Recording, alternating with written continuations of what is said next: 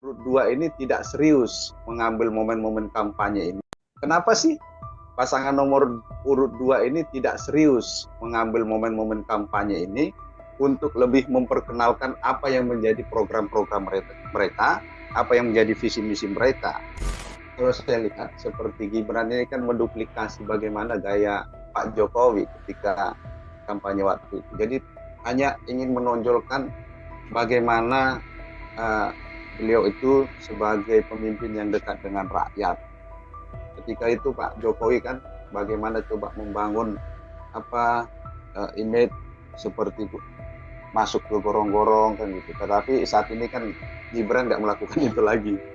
Mereka ini kan ingin diidentikan dengan orang yang suka bekerja. Jadi makanya ketika ada masa-masa kampanye yang disiapkan oleh KPU, mereka tidak memanfaatkan dengan efisien, tetapi ada banyak hari-hari yang mereka tidak pergunakan, tidak mengambil cuti, tetapi lebih mementingkan bekerja sebagai Menteri Pertahanan dan ataupun wali kota. Program Tribunnews on Focus. Tribuners, hari ini kembali menjumpai Anda bersama dengan saya Nila Irda. Belakangan ini seluruh capres dan juga calon wakil presiden sudah mulai melakukan kampanye politiknya, termasuk juga dengan pasangan nomor urut 1, nomor urut 2, dan juga pasangan nomor urut 3. Namun yang juga belakangan ini menjadi trending di sejumlah media sosial adalah calon wakil presiden nomor urut 2, yaitu Mas Gibran Raka Buming Raka yang terhitung sejak beberapa kali melakukan kampanye, namun justru blunder yang terjadi di setiap agenda kampanyenya ini terlihat begitu besar, Tribuners. Termasuk juga yang terakhir adalah kampanye yang dilakukan di Jakarta dan juga di Tangerang yang dilakukan bersama dengan sang istri, yang lokasinya diantaranya adalah di CFD Jakarta. Untuk membahas hal tersebut, apakah ada kemungkinan blunder-blunder dari sosok Gibran Raka Buming Raka ini akan merugikan kubu Prabowo Subianto yang elektabilitasnya saat ini sedang di atas angin? Kita membahasnya bersama dengan Direktur Politik Indonesia, ada Bang Fernando Sitorus, ada Bang Fernando Mas bersama dengan saya di sambungan Zoom. Bang Fernando, terima kasih sudah bergabung. Apa kabar, Abang? Terima kasih Mbak Nila. Baik, Mbak Nila sehat juga ya. Sehat, Bang Fernando. Terima kasih sekali untuk kesempatannya kembali berbincang kita, Bang, dalam Tribunnews on Focus, yang mana hari ini secara konsen kita akan membahas bagaimana Mas Gibran yang melakukan kampanye dan publik melihatnya banyak sekali blunder yang dilakukan. Sebelum itu, Bang Fernando, saya mau minta komentar dari Bang Fernando terlebih dahulu. Kalau kita melihat start dibuka kampanye di akhir November kemarin, ini kan pasangan Ganjar Mahfud cukup masif, pasangan Amin juga cukup masif, tapi di sisi lain pasangan nomor urut 2, Prabowo Subianto dan Mas Gibran, hari pertama belum melakukan kampanye, dan sampai sekarang kampanyenya juga tidak tampak masif, justru terlihat begitu santai, yang lainnya datang ke beberapa titik, namun pasangan nomor urut 2 ini tampak tidak ada plan begitu ya Bang ya di setiap kampanyenya dan dilakukan cukup tertutup. Ini Bang Fernando melihatnya seperti apa, Bang? Iya, kalau kita melihat dari pasangan capres-cawapres lainnya, nomor urut 1 dan 3 ini kan pada eh, hari pertama kampanye, mereka kan ada ritualnya itu ya, kalau kita lihat. Bagaimana misalnya kalau kita lihat nomor urut 1, Pak Anies memulai kampanyenya di DKI Jakarta, di mana beliau situ meniti karirnya di bidang eh, pemerintahan, ya, bidang kepala daerah sebagai gubernur DKI, dan beliau sepertinya ingin mengawali kesuksesan di tingkat nasional, juga mengawali dari tingkat DKI, karena pada saat pilkada DKI beliau meraih kesuksesan. Begitu juga dengan pasangannya Pak Muhaimin, juga berkampanye di wilayah kelahiran beliau di wilayah Jawa Timur. Jadi kalau kita lihat kan pasangan nomor urut 1 coba memulai dengan sesuatu, ada nilai, ada makna dari mengambil titik-titik tempat kampanye mereka. Terus kemudian nomor urut 3 kan ada yang dari timur, ada kampanye di barat. Ya. Pak Ganjar di wilayah Papua, kemudian Pak Mahfud di wilayah Aceh. Jadi ini kan apanya ya, ujung ke ujung Indonesia. Jadi sangat jelas mereka memang ingin menggambarkan bahwa ketika mereka nanti dipercaya akan terjadi pemerataan dari timur sampai ke barat. Jadi akan diperhatikan seluruh Indonesia. Tetapi yang menjadi pertanyaan, kenapa pasangan Capres-Cawapres nomor urut 2 ini tidak ada melakukan kampanye di hari pertama. Walaupun kalau kita lihat ya, mereka coba ada sesuatu nilai yang saya lihat ketika mereka coba menunjukkan keseriusan bekerja dengan tidak mengambil cuti pada masa kampanye pertama, kedua, kan gitu. Jadi, tetapi dengan cara begitu mereka menjadi sorotan, menjadi pemberitaan juga, dan ini menjadi ajang kampanye melalui media akhirnya, kan gitu. Walaupun tidak secara resmi mengambil kegiatan kampanye untuk kegiatan mereka.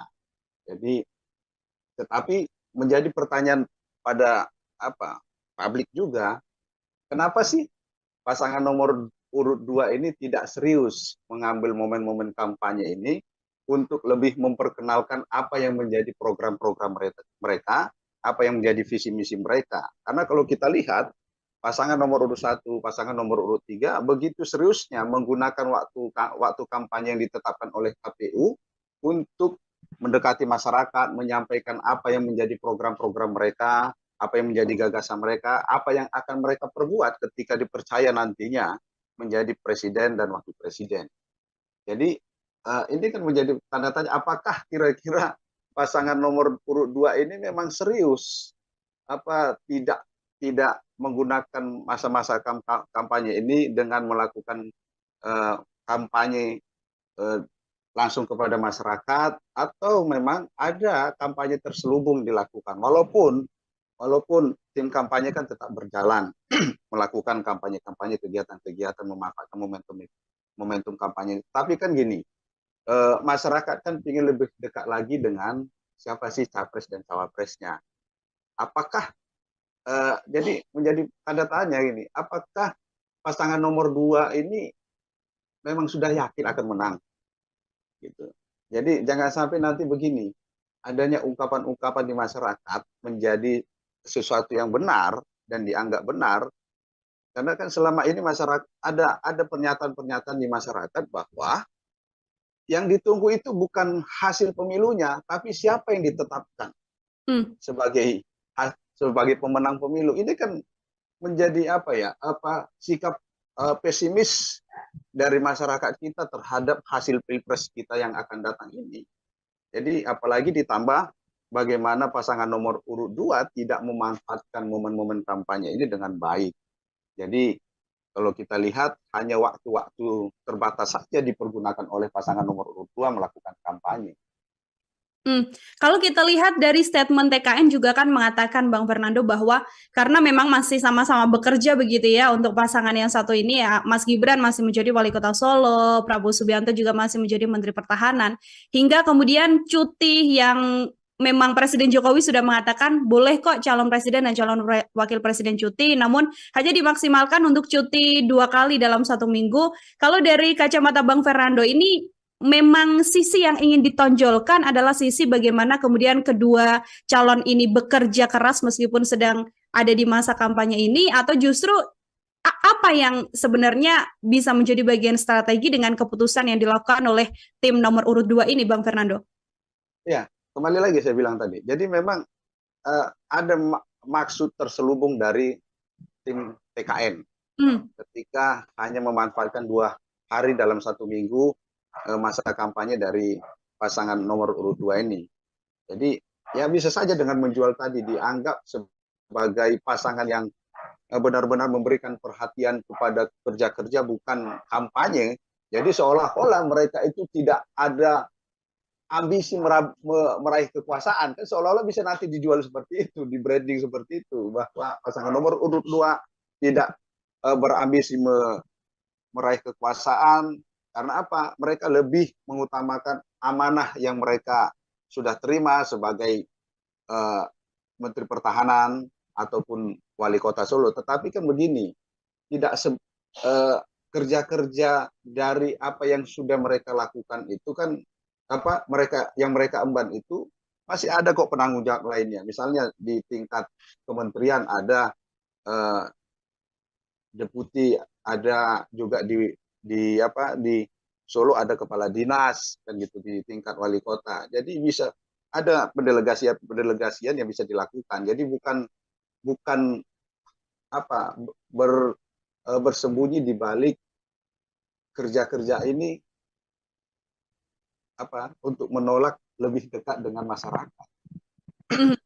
Oke, baik, Bang Fernando. Ini setelah memasuki masa kampanye begitu ya, Mas Gibran, ini kan juga tercatat sudah beberapa kali turun ke masyarakat, namun yang juga masih belum berakhir untuk kemudian membicarakan sosok seorang Gibran ini ketika di kampanyenya justru yang terjadi adalah blunder yang dilakukan begitu ya oleh Mas Gibran, Bang Fernando. Kalau kita mencatat ini dari catatan saya yang pertama adalah ketika Mas Gibran ini melakukan kampanye di CFD Jakarta, yang mana Bawaslu juga sampai memberikan warning begitu ya, karena memang di CFD Jakarta ini tidak diperbolehkan untuk melakukan kampanye, pun juga dengan aksi Mas Gibran yang minim sekali melakukan diskusi bersama dengan masyarakat, namun yang ada adalah bagi-bagi susu gratis, seperti itu, kemudian memberikan kaos dan lain sebagainya. Bagaimana komentar Bang Fernando?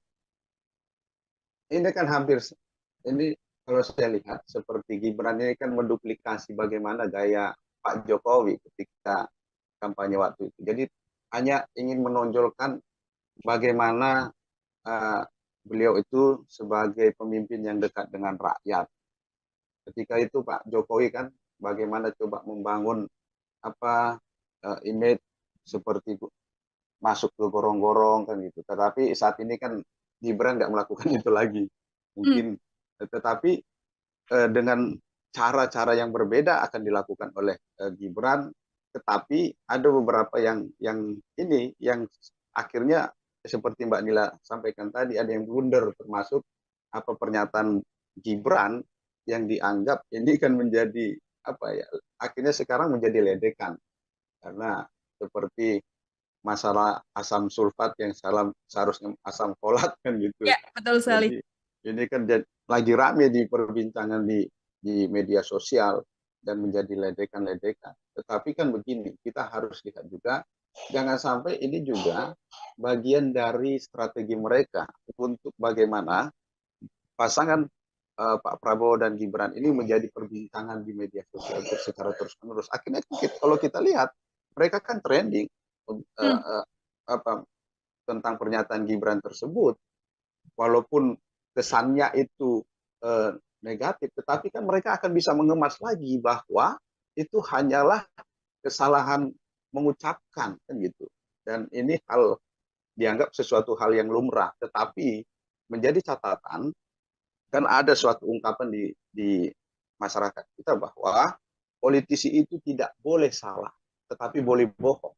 Berbeda kalau misalnya seperti saya, akademisi, saya itu boleh salah, tetapi tidak boleh bohong. Jadi itu perbedaannya kan. Jadi ketika Gibran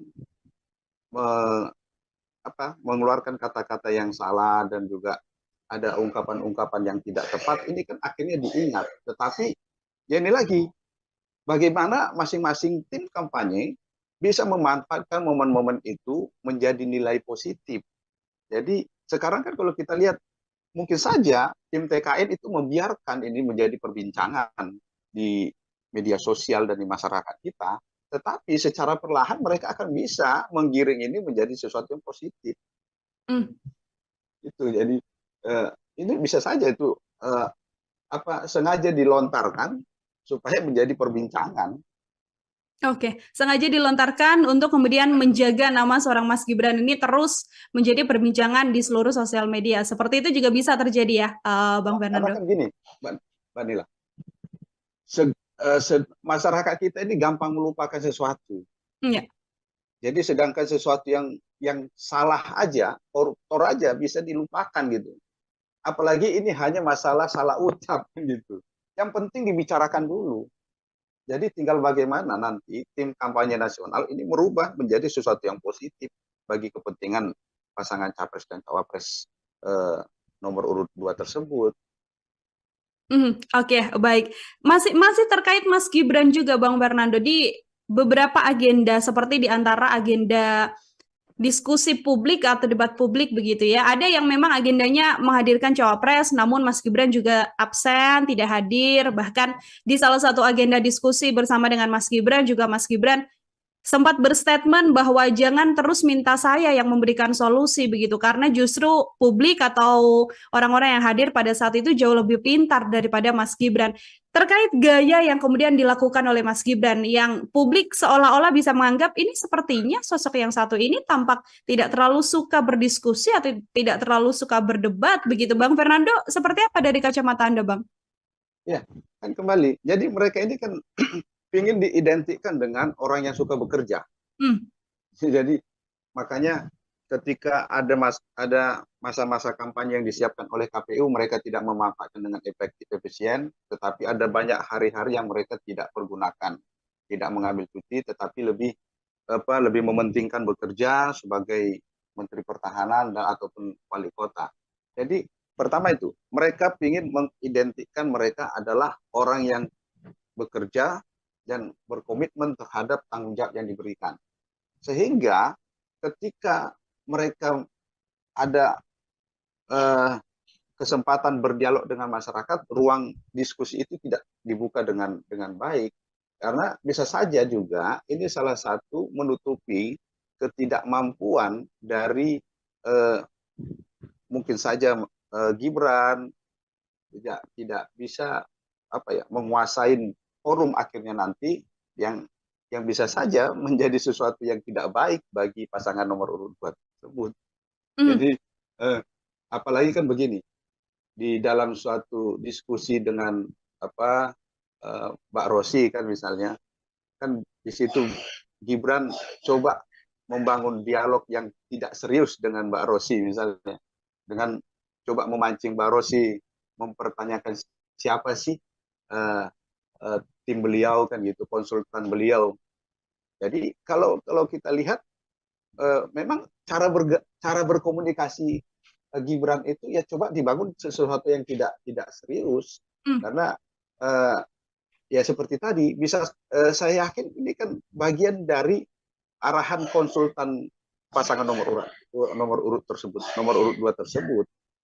Jadi bagaimana Gibran melakukan komunikasi, bagaimana Pak Prabowo juga melakukan komunikasi.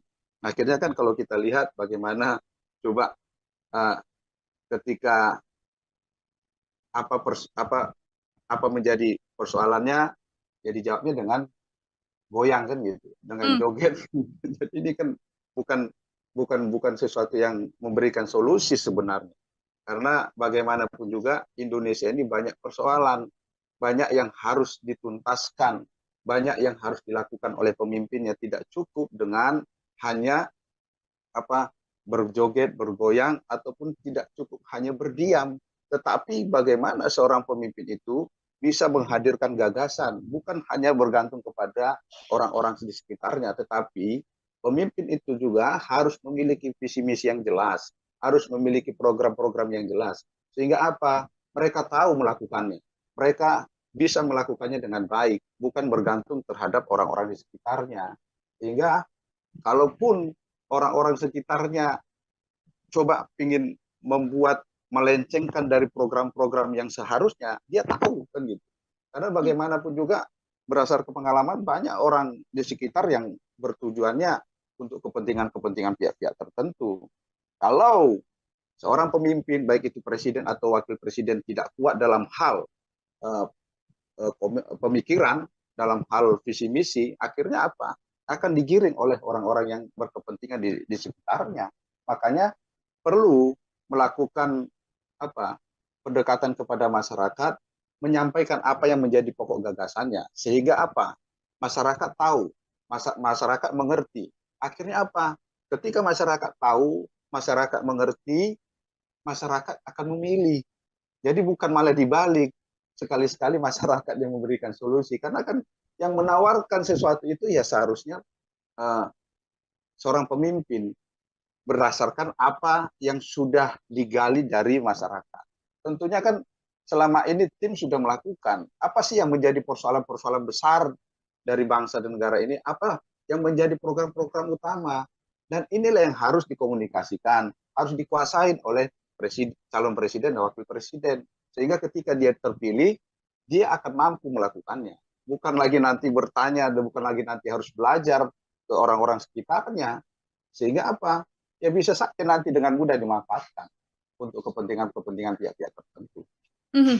Oke, yang justru harus ditonjolkan adalah bagaimana ide dan gagasan Ya, seperti itu ya, Bu Irvander, bukan justru apa yang kemudian disuguhkan pada publik dan tidak memberikan gambaran jelas apakah nantinya bisa menjadi pemimpin untuk 5 tahun ke depan ataupun tidak. Kalau dari angka elektabilitas, ini kan memang pasangan Prabowo dan juga Gibran kan di beberapa survei angkanya paling tertinggi, Bang Fernando. Bahkan ada yang sudah menyatakan di atas 50%, yang artinya bisa memenangkan pilpres atau kontestasi ini dalam satu periode seperti itu. Saya satu putaran sebelum ya. ya betul betul sekali dalam satu putaran. Saya nanti mau minta komentar apakah ini akan berdampak. Tapi sebelumnya saya mau minta Bang Fernando untuk eh, menyampaikan analisisnya terlebih dahulu. Bagaimana kemudian dengan situasi kampanye yang tadi Bang Fernando sampaikan, seperti tidak begitu serius kalau dibandingkan dengan pasangan nomor 1 dan juga nomor 3, tapi justru angka elektabilitasnya saat ini posisinya selalu nomor 1, Bang. Ini kan juga apa lembaga-lembaga survei ini kan banyak apa ya, banyak menjadi polemik sebenarnya. Hmm. Bagaimana ada yang satu mempertentangkan hasil yang satu kan gitu. Jadi ini hasil survei ini kan bagaimana masing-masing itu apa lembaga melakukannya itu dengan benar-benar secara murni, jujur, tidak berpihak kepada kepentingan-kepentingan pasangan capres tertentu. Jadi kalaupun ada lembaga survei yang menunjukkan pasangan nomor urut 2 sampai sudah mencapai 50% ataupun di atas 50%, ya tinggal bagaimana nanti hasil pemilu yang akan membuktikan. Jadi tentu kan bagaimana mereka menentukan responden itu kan ini mempengaruhi juga. Jangan sampai nanti apa tidak dilakukan secara ilmiah hanya karena untuk kepentingan-kepentingan kelompok tertentu, hanya untuk memframing bahwa pemilu Pilpres 2024 akan dimenangkan oleh paslon nomor urut 2. Tetapi kan begini, jangan sampai nanti begini, ini menjadi sesuatu yang menguatkan apa yang menjadi kekhawatiran dari banyak pihak, bahwa banyak yang sudah tidak lagi netral di dalam menjalankan pemilu kali ini. Karena seperti apa, misalnya ketika kemarin KPU yang mengeluarkan pernyataan tidak akan membuat debat capres, akhirnya ini kan dianggap bahwa KPU tidak lagi netral. Karena ini kan memang ada dasarnya bagaimana ketika MK juga memutuskan masalah uji material terhadap undang-undang pemilu terkait dengan batas usia juga dianggap menjalankan kepentingan kelompok tertentu ataupun kepentingan penguasa ataupun pihak-pihak tertentu. Termasuk adanya pernyataan-pernyataan dari misalnya salah satu jurnalis yang mengungkapkan bahwa ada usaha untuk menggiring Polri itu agar tidak netral. Kan gitu. Kemudian bagaimana misalnya mengangkat orang-orang di jabatan-jabatan strategis yang dianggap dekat dengan Pak Jokowi sejak masih di Surakarta. Misalnya seperti terakhir bagaimana pengangkatan Panglima karena dianggap dekat dengan Pak Jokowi pada saat beliau masih menjadi Komandan Kodim di Surakarta. Jadi ini kan akhirnya memperkuat apa yang menjadi kekhawatiran banyak pihak bahwa pemilu memang hasilnya sudah diketahui ya seperti tadi. Jangan sampai seperti adanya sesuatu kekhawatiran di masyarakat sehingga ada ungkapan bahwa pemilu kali ini hanya menunggu siapa diumumkan. Jadi bukan menunggu hasilnya. Jadi kalau dari situ kan berarti sudah rasa pesimisme dari masyarakat kita terhadap kejujuran, keadilan dari pelaksanaan pemilu kali ini sangat dipertanyakan. Makanya marilah jangan coba membangun framing-framing yang coba menggiring kepada suatu hasil yang ini hanya untuk mementingkan kepentingan kepada salah satu calon. Jadi kalaupun misalnya lembaga survei itu apa coba mau mengumumkan hasilnya memenangkan pasangan nomor urut 2 ataupun nomor urut yang lainnya, silakan jelaskan bagaimana metode yang mereka lakukan dan buka secara jujur bagaimana mereka melakukan itu. Jadi jangan sampai ini hanya dijadikan alat untuk bagaimana mereka bisa memenangkan hasil pilpres dengan cara-cara yang tidak jujur, tidak benar. Tapi apakah kemudian bisa mempengaruhi elektabilitas yang saat ini tinggi sekali oleh paslon nomor urut 2 dengan blunder-blunder yang dilakukan oleh Mas Gibran ini? Kalau dari pandangan Bang Fernando seperti apa? Saya ada mendengar gini, Mbak, ada dilakukan analisis terhadap media sosial ya, bagaimana tentang goyang gemoy itu atau tentang gimmick gemoy. Ternyata sekarang ini sudah terjadi tren penurun negatif malah terhadap image itu. Apalagi sekarang kan coba diangkat bahwa, mohon maaf, itu ternyata salah satu merek untuk pasir kotoran kucing. Jadi ini kan sesuatu yang negatif, sudah coba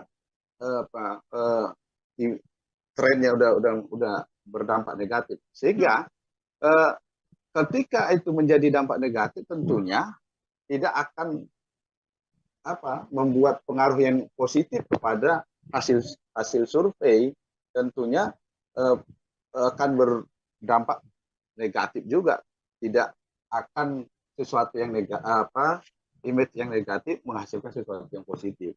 Kalau masalah kalau misalnya popularitas, oke, bisa meningkatkan popularitas, tetapi tidak berbanding lurus dengan peningkatan elektabilitas, karena orang yang dikenal belum tentu akan berpengaruh negatif terhadap elektabilitasnya. Jadi ini tentu sesuatu yang bagi saya belum seperti itulah, yang bahwa elektabilitasnya begitu tinggi di pasangan nomor urut 2. Saya masih ragu terhadap hasil tersebut. Oke, Bang Fernando, ada sedikit keraguan dari hasil survei sejumlah lembaga yang menyatakan bahwa Prabowo Gibran ini angkanya bahkan sampai di atas 50%, seperti itu ya Bang ya? Iya, karena kan kalau kita lihat ya, misalnya pasangan nomor urut 3, Pak Ganjar dan Pak Mahfud, ini kan kalau dilihat dari hasil beberapa survei juga kan di angka 40% kan gitu, di angka 36. Terus Mas Anies kira-kira cuma dapat berapa persen kan gitu. Jadi ya cobalah membangun membangun branding itu ya dengan cara-cara yang kalau ini secara menggunakan metode yang ilmiah, ya harus dibuktikan juga secara ilmiahnya bagaimana misalnya mereka melakukan survei itu, terus kemudian bagaimana mereka menentukan respondennya, terus kemudian ini di daerah mana saja, kan harus dibuka secara jelas. Jangan sampai masyarakat kita itu semakin tidak percaya terhadap lembaga-lembaga survei, karena lembaga survei ini sebenarnya kan metode ilmiah, cara-cara sesuatu yang dilakukan dengan cara-cara yang ilmiah. Jangan sampai tercederai hanya karena untuk kepentingan sesaat lah, karena kita harus tetap mempertahankan bagaimana sesuatu yang ilmiah itu betul-betul bisa tetap bertahan ya untuk kepentingan ilmiah, bukan hanya sekedar lebih mengutamakan untuk mencari materi kan, tetapi harus juga mengedepankan bahwa ini memang untuk kepentingan sesuatu yang menguji yang belum terbukti kan gitu, dengan cara-cara yang ilmiah. Oke, baik. Ini kan sudah kampanye ya, Bang Fernando. Banyak agenda-agenda dari pasangan calon nomor urut 1, nomor urut 2, dan juga nomor urut 3. Kalau dari kacamata Bang Fernando sendiri, kalau kita melihat dari bagaimana keseriusan dan juga kematangan tim kampanyenya untuk bisa melakukan kampanye yang baik dan juga bisa menjamah seluruh elemen bisa dikatakan seperti untuk menyampaikan gagasan dan lain sebagainya. Di kondisi sekarang ini dengan start yang sama-sama dari tanggal 28 November seperti itu, siapa yang menurut kacamata Bang Fernando tracknya sudah sesuai dan berjalan dengan begitu serius begitu di antara ketiga kandidat ini, Bang? Ya, kalau kembali lagi, kalau saya melihat yang belum serius itu hanya nomor urut 2. Karena Hmm. kan bagaimana mereka misalnya coba menghadirkan gagasan memberikan makanan sehat, makanan gratis dan susu gratis kepada eh, kepada anak didik untuk Indonesia Emas. Tetapi kan mereka tidak coba apa menjelaskan ini apa sih, kenapa sih melakukan itu, terus dari mana anggarannya, berapa besarannya, bagaimana untuk melakukannya. Jadi apa hubungannya dengan memberikan susu dengan makan gratis dengan Indonesia Emas 2024 kan gitu, 2045. Karena kalau kita lihat selama ini ternyata negara kita bisa menghasilkan generasi-generasi muda yang memang mampu, memang bisa bersaing, dan bahkan banyak kan kalau kita lihat ternyata mampu untuk tingkat internasional tanpa harus ada program pemberian susu dan makan gratis itu. Terus kemudian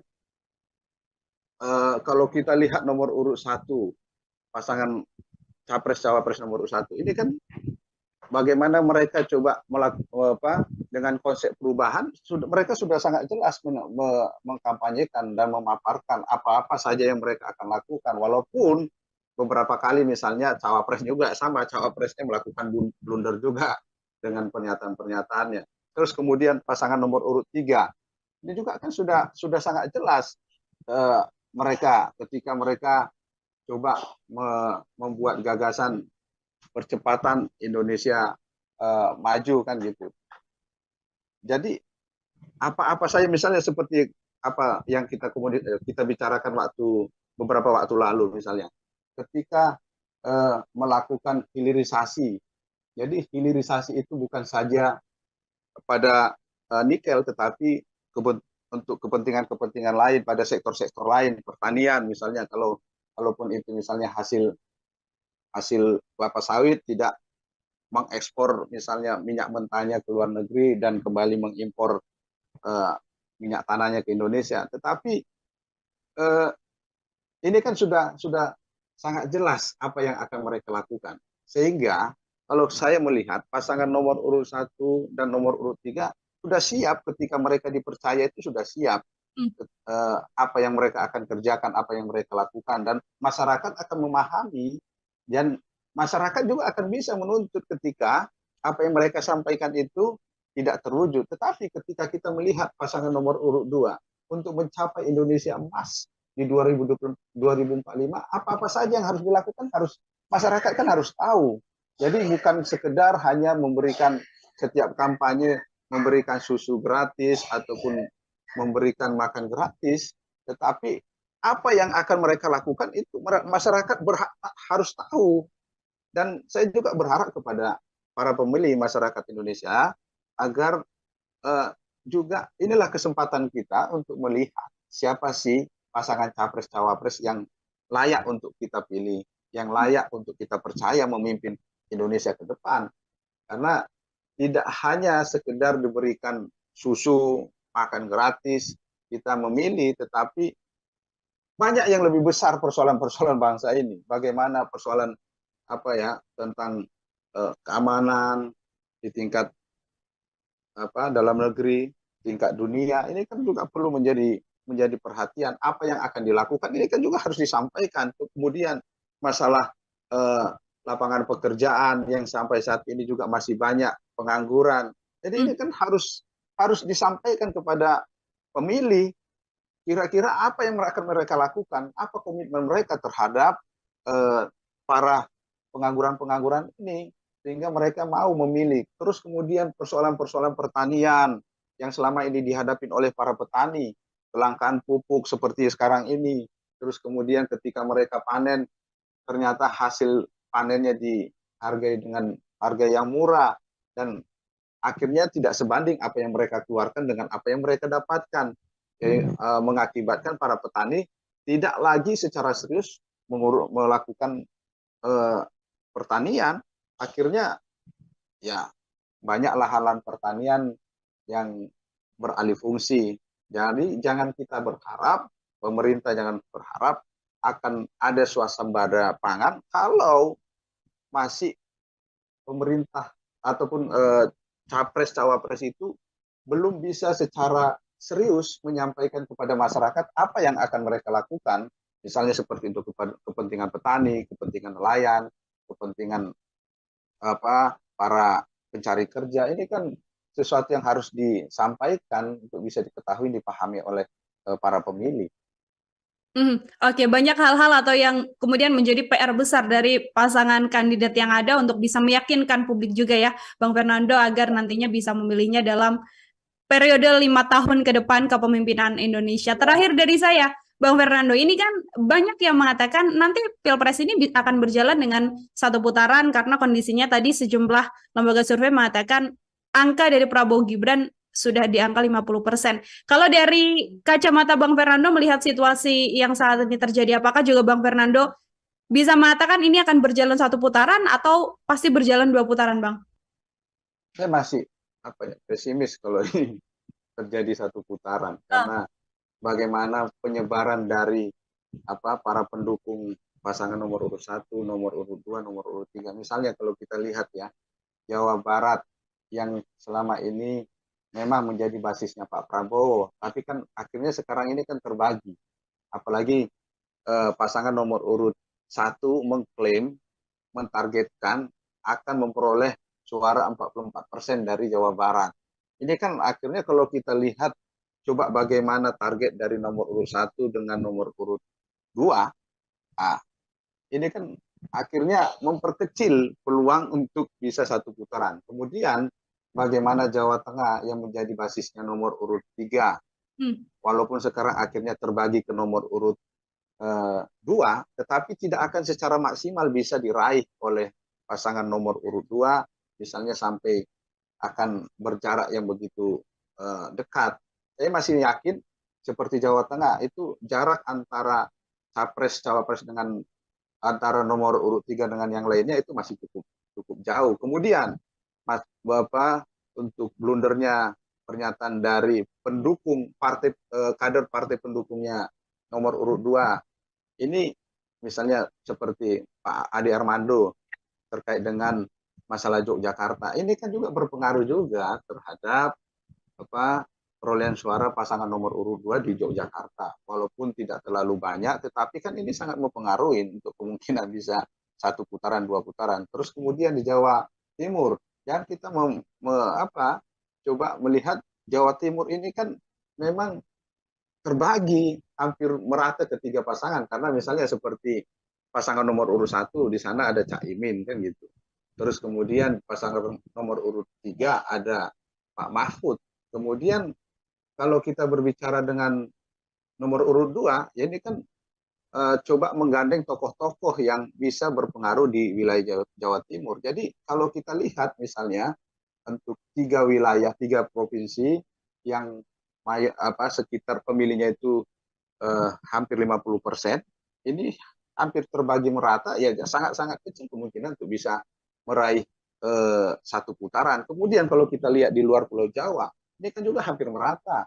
Misalnya kalau kita lihat Aceh akan sangat terbagi antara pasangan nomor urut 1 dengan nomor urut 2. Terus kemudian Sumatera Utara ini hampir merata di 3 paslon. Di Sumatera Barat kemungkinan bisa juga menjadi basisnya 2 pasangan antara nomor 1 nomor 2. Jadi sangat saya itu masih meyakini ini tidak bisa satu putaran. Oke. 2 putaran. Oke, Bang Fernando termasuk yang meyakini kemudian Pilpres ini tidak berjalan satu putaran, tapi dua putaran melihat dengan situasi dan juga hitung-hitungan yang tadi disampaikan. Seperti itu ya, Bang ya? Ya, Baik, karena Bang. ada sama-sama yang kuat kan saling berebut. Misalnya kalau ada daerah yang tidak akhirnya misalnya pasangan nomor urut 2 blunder, ini akan mengalihkan dukungannya ke pasangan nomor urut 1 kan gitu. Jadi ini saling bisa saling mengambil, tetapi tidak akan bisa membuat menjadi satu putaran. Oke, suara masih bisa berubah sebelum nantinya pemilihan yang akan terjadi di 14 Februari untuk Apalagi kalau ada pernyataan-pernyataan atau sikap-sikap yang blunder, termasuk nanti masalah ketika debat capres dan cawapres, ini kan sangat memberikan pengaruh juga untuk terhadap para pemilih kita untuk memilih pasangan nomor berapa nantinya. Oke, bagaimana kemudian perubahan suara termasuk kondisi elektabilitas setelah debat capres-cawapres? Nanti kita akan bahas dalam bahasan terpisah, Bang Fernando. Kita akhiri diskusi kita hari ini. Terima kasih sekali untuk kebersamaannya dalam program Tribun News on Focus bersama dengan Direktur Rumah Politik Indonesia Fernando Mas Tribuners. Bang Fernando, sekali lagi terima kasih untuk kebersamaannya. Selamat beraktivitas kembali, Bang. Terima kasih. Selamat aktivitas. Ya, Tribuners, demikian diskusi saya dalam program Tribun News on Focus kali ini terkait apakah blunder Gibran ini bisa mempengaruhi suara dan juga elektabilitas dari pasangan nomor urut 2. Kita nantikan obrolan lainnya bersama dengan saya dalam program yang sama, Tribun News on Focus. Saya Nila Irda pamit undur diri. Terima kasih dan sampai jumpa. Download Tribun X sekarang. Menghadirkan lokal menjadi Indonesia. Kenapa sih pasangan nomor urut 2 ini tidak serius mengambil momen-momen kampanye ini untuk lebih memperkenalkan apa yang menjadi program-program mereka, apa yang menjadi visi misi mereka. Kalau saya lihat seperti Gibran ini kan menduplikasi bagaimana gaya Pak Jokowi ketika kampanye waktu itu. Jadi hanya ingin menonjolkan bagaimana beliau itu sebagai pemimpin yang dekat dengan rakyat. Ketika itu Pak Jokowi kan bagaimana coba membangun image seperti itu, masuk ke gorong-gorong kan gitu. Tetapi saat ini kan Gibran nggak melakukan itu lagi. Mereka ini kan ingin diidentikan dengan orang yang suka bekerja. Jadi makanya ketika ada masa-masa kampanye yang disiapkan oleh KPU, mereka tidak memanfaatkan dengan efisien, tetapi ada banyak hari-hari yang mereka tidak pergunakan, tidak mengambil cuti, tetapi lebih mementingkan bekerja sebagai Menteri Pertahanan ataupun wali kota.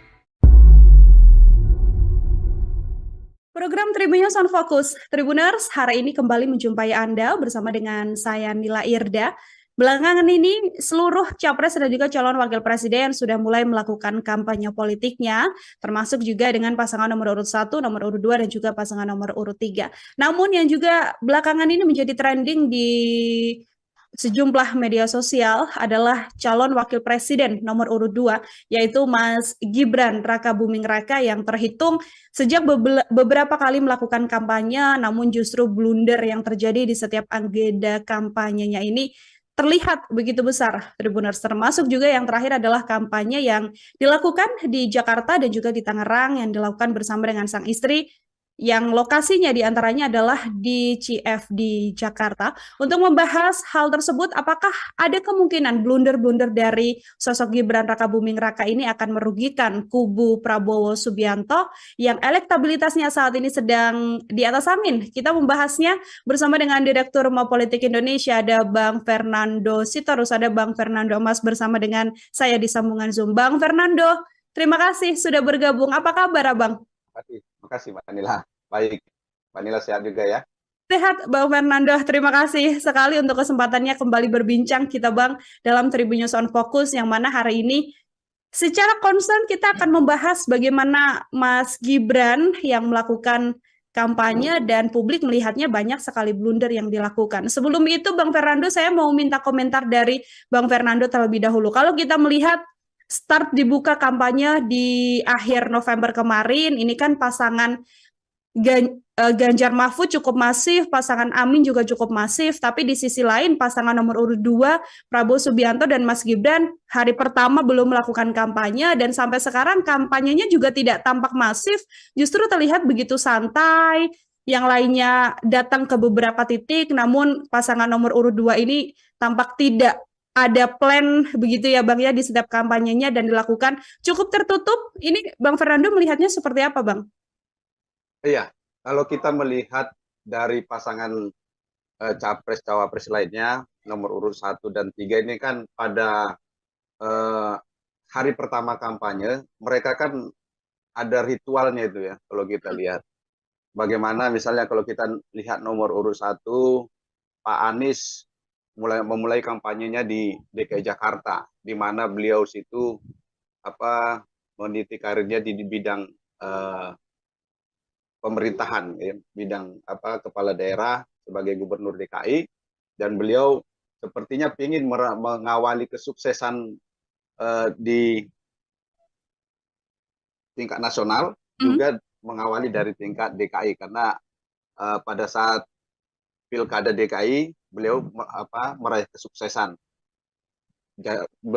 Begitu juga dengan pasangannya Pak Muhaimin juga berkampanye di wilayah kelahiran beliau di wilayah Jawa Timur. Jadi kalau kita lihat kan pasangan nomor urut 1 coba memulai dengan sesuatu ada nilai, ada makna dari mengambil titik-titik tempat kampanye mereka. Terus kemudian nomor urut 3 kan ada yang dari timur, ada kampanye di barat. Ya. Pak Ganjar di wilayah Papua, kemudian Pak Mahfud di wilayah Aceh. Jadi ini kan ujung ke ujung Indonesia. Jadi sangat jelas mereka memang ingin menggambarkan bahwa ketika mereka nanti dipercaya akan terjadi pemerataan dari timur sampai ke barat. Jadi akan diperhatikan seluruh Indonesia. Tetapi yang menjadi pertanyaan, kenapa pasangan capres cawapres nomor urut 2 ini tidak ada melakukan kampanye di hari pertama. Walaupun kalau kita lihat ya, mereka coba ada sesuatu nilai yang saya lihat ketika mereka coba menunjukkan keseriusan bekerja dengan tidak mengambil cuti pada masa kampanye pertama, kedua, dan gitu. Jadi, tetapi dengan cara begitu mereka menjadi sorotan, menjadi pemberitaan juga, dan ini menjadi ajang kampanye melalui media akhirnya kan gitu. Walaupun tidak secara resmi mengambil kegiatan kampanye untuk kegiatan mereka. Jadi, tetapi menjadi pertanyaan pada publik juga, kenapa sih pasangan nomor urut 2 ini tidak serius mengambil momen-momen kampanye ini untuk lebih memperkenalkan apa yang menjadi program-program mereka, apa yang menjadi visi misi mereka. Karena kalau kita lihat pasangan nomor urut 1, pasangan nomor urut 3 begitu seriusnya menggunakan waktu kampanye yang ditetapkan oleh KPU untuk mendekati masyarakat, menyampaikan apa yang menjadi program-program mereka, apa yang menjadi gagasan mereka, apa yang akan mereka perbuat ketika dipercaya nantinya menjadi presiden dan wakil presiden. Jadi ini kan menjadi tanda tanya, apakah kira-kira pasangan nomor urut 2 ini memang serius tidak menggunakan masa-masa kampanye ini dengan melakukan kampanye langsung kepada masyarakat, atau memang ada kampanye terselubung dilakukan. Walaupun tim kampanye kan tetap berjalan melakukan kampanye-kampanye, kegiatan-kegiatan, memanfaatkan momentum kampanye. Tapi kan gini, masyarakat kan ingin lebih dekat lagi dengan siapa sih capres dan cawapresnya.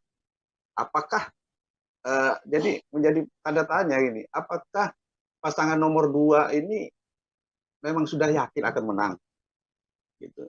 Jadi jangan sampai nanti begini, adanya ungkapan-ungkapan di masyarakat menjadi sesuatu yang benar dan dianggap benar, karena kan selama ini masyarakat ada pernyataan-pernyataan di masyarakat bahwa yang ditunggu itu bukan hasil pemilunya, tapi siapa yang ditetapkan sebagai pemenang pemilu. Ini kan menjadi sikap pesimis dari masyarakat kita terhadap hasil pilpres kita yang akan datang ini.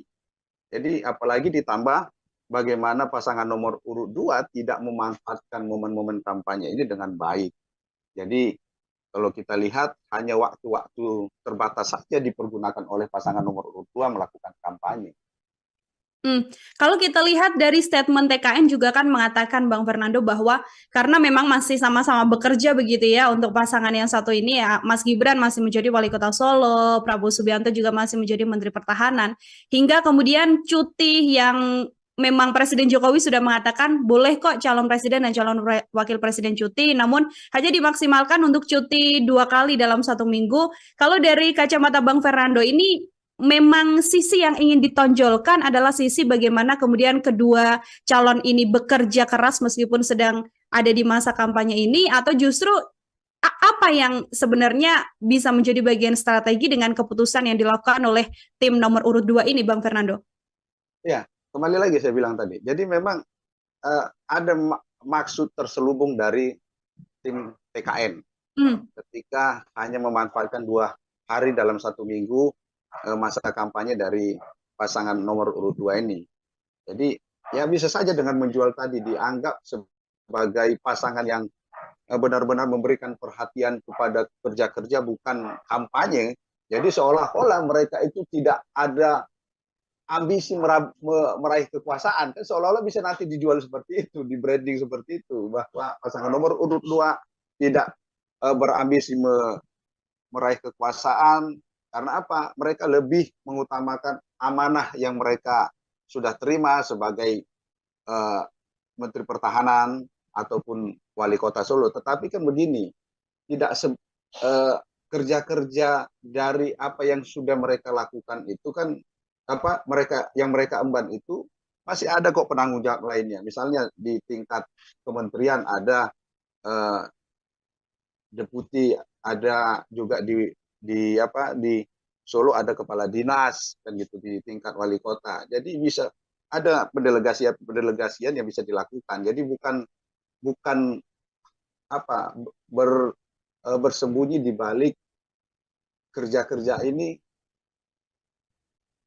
untuk menolak lebih dekat dengan masyarakat.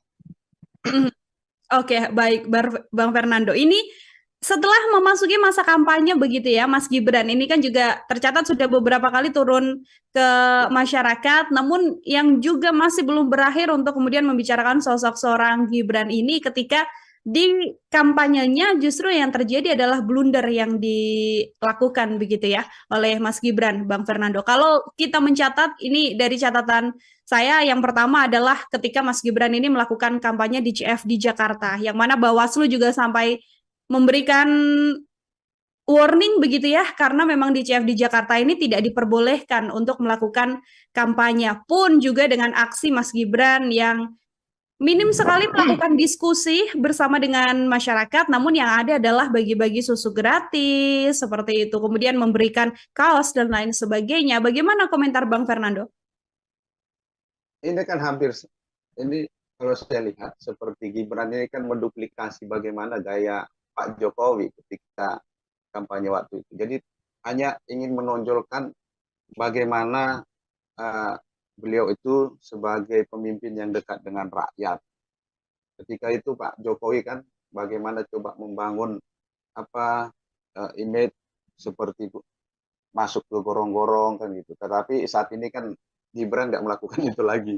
Mungkin tetapi dengan cara-cara yang berbeda akan dilakukan oleh Gibran, tetapi ada beberapa yang akhirnya seperti Mbak Nila sampaikan tadi, ada yang blunder, termasuk pernyataan Gibran yang dianggap ini kan menjadi akhirnya sekarang menjadi ledekan, karena seperti masalah asam sulfat yang seharusnya asam folat kan gitu. Ya, betul sekali.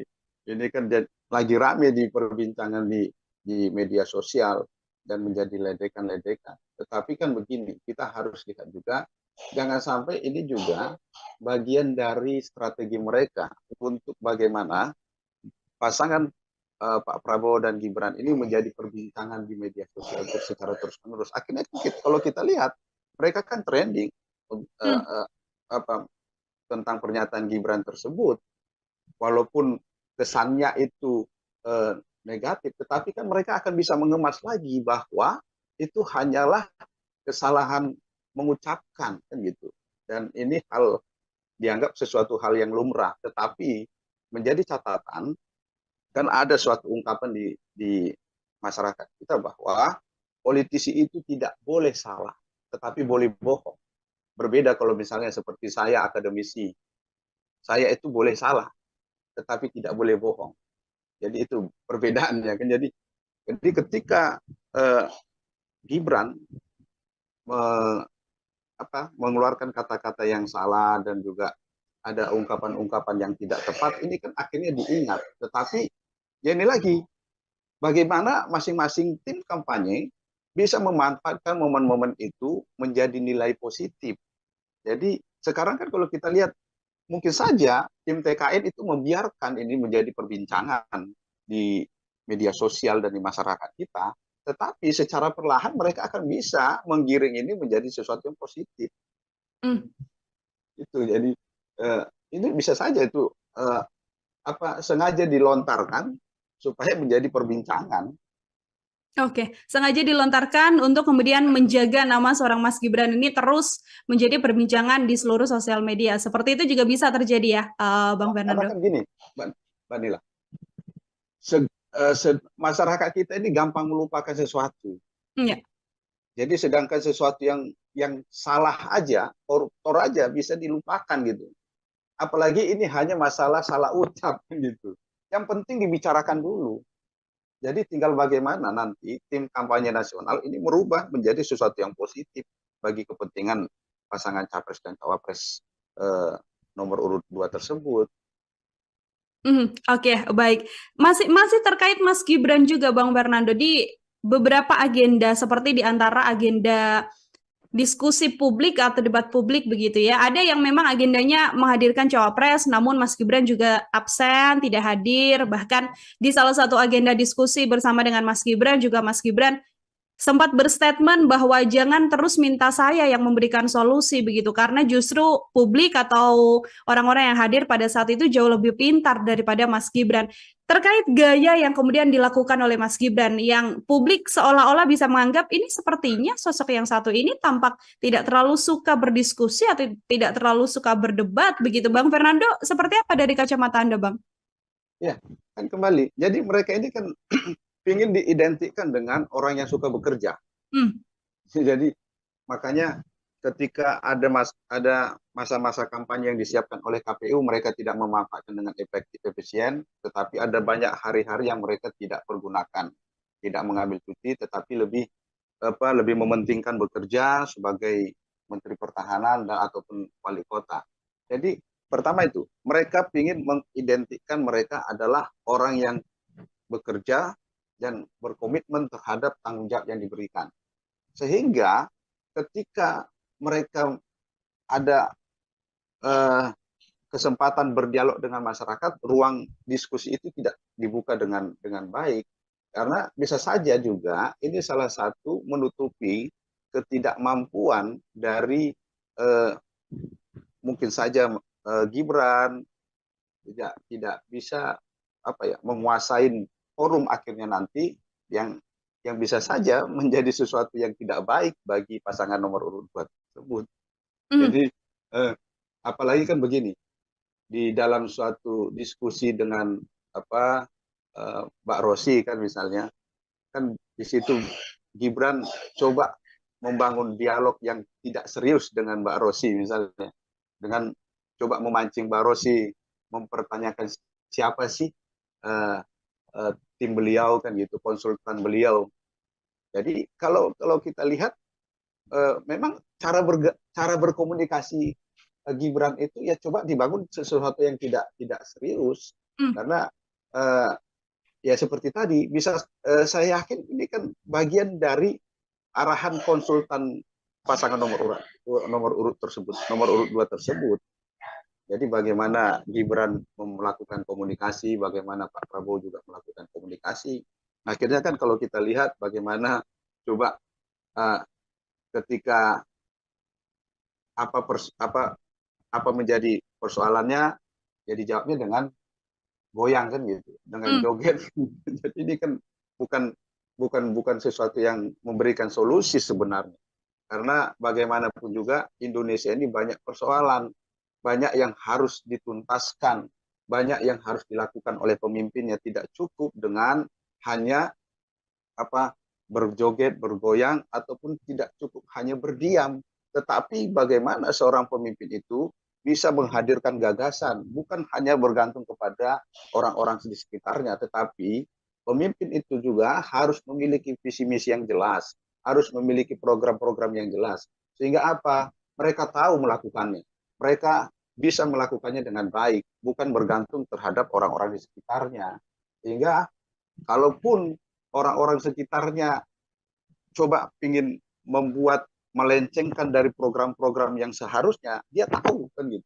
Karena bagaimanapun juga berdasarkan pengalaman banyak orang di sekitar yang bertujuannya untuk kepentingan-kepentingan pihak-pihak tertentu. Kalau seorang pemimpin baik itu presiden atau wakil presiden tidak kuat dalam hal uh, pemikiran, dalam hal visi misi, akhirnya apa? Akan digiring oleh orang-orang yang berkepentingan di sekitarnya. Makanya perlu melakukan apa? Pendekatan kepada masyarakat, menyampaikan apa yang menjadi pokok gagasannya, sehingga apa? Masyarakat tahu, masyarakat mengerti. Akhirnya apa? Ketika masyarakat tahu, masyarakat mengerti, masyarakat akan memilih. Jadi bukan malah dibalik, sekali-sekali masyarakat yang memberikan solusi, karena kan yang menawarkan sesuatu itu ya seharusnya uh, seorang pemimpin berdasarkan apa yang sudah digali dari masyarakat. Tentunya kan selama ini tim sudah melakukan apa sih yang menjadi persoalan-persoalan besar dari bangsa dan negara ini, apa yang menjadi program-program utama, dan inilah yang harus dikomunikasikan, harus dikuasain oleh calon presiden dan wakil presiden, sehingga ketika dia terpilih dia akan mampu melakukannya, bukan lagi nanti bertanya dan bukan lagi nanti harus belajar ke orang-orang sekitarnya, sehingga apa ya bisa saja nanti dengan mudah dimanfaatkan untuk kepentingan-kepentingan pihak-pihak tertentu. Mhm. Oke, yang justru harus ditonjolkan adalah bagaimana ide dan gagasan seperti Ya, itu ya, Bu Irvander, bukan justru apa yang kemudian disuguhkan pada publik dan tidak memberikan gambaran jelas apakah nantinya bisa menjadi pemimpin untuk 5 tahun ke depan ataupun tidak. Kalau dari angka elektabilitas, ini kan memang pasangan Prabowo dan juga Gibran kan di beberapa survei angkanya paling tertinggi, Bang Fernando. Bahkan ada yang sudah menyatakan di atas 50%, yang artinya bisa memenangkan pilpres atau kontestasi putaran, ini dalam satu periode seperti itu. satu Saya putaran sebelum ya. ya betul betul sekali dalam satu putaran. Saya nanti mau minta komentar apakah ini akan berdampak, tapi sebelumnya saya mau minta Bang Fernando untuk eh, menyampaikan analisisnya terlebih dahulu bagaimana kemudian dengan situasi kampanye yang tadi Bang Fernando sampaikan seperti tidak begitu serius kalau dibandingkan dengan pasangan nomor 1 dan juga nomor 3, tapi justru angka elektabilitasnya saat ini posisinya selalu nomor 1, Bang.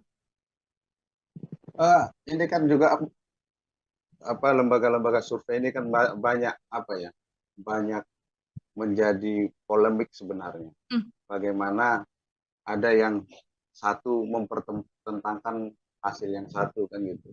Jadi ini hasil survei ini kan bagaimana masing-masing itu apa lembaga melakukannya itu dengan benar-benar secara murni, jujur, tidak berpihak kepada kepentingan-kepentingan pasangan capres tertentu.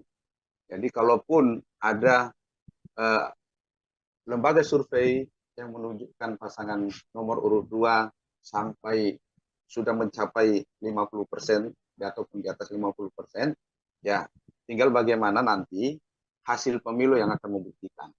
Jadi tentu kan bagaimana mereka menentukan responden itu kan ini mempengaruhi juga. Jangan sampai nanti apa tidak dilakukan secara ilmiah hanya karena untuk kepentingan-kepentingan kelompok tertentu, hanya untuk memframing bahwa pemilu Pilpres 2024 akan dimenangkan oleh paslon nomor urut 2. Tetapi kan begini, jangan sampai nanti begini, ini menjadi sesuatu yang memperkuat, menguatkan apa yang menjadi kekhawatiran dari banyak pihak, bahwa banyak yang sudah tidak lagi netral di dalam menjalankan pemilu kali ini. Karena seperti apa? Misalnya ketika kemarin KPU yang mengeluarkan pernyataan tidak akan membuat debat capres, akhirnya ini kan dianggap bahwa KPU tidak lagi netral.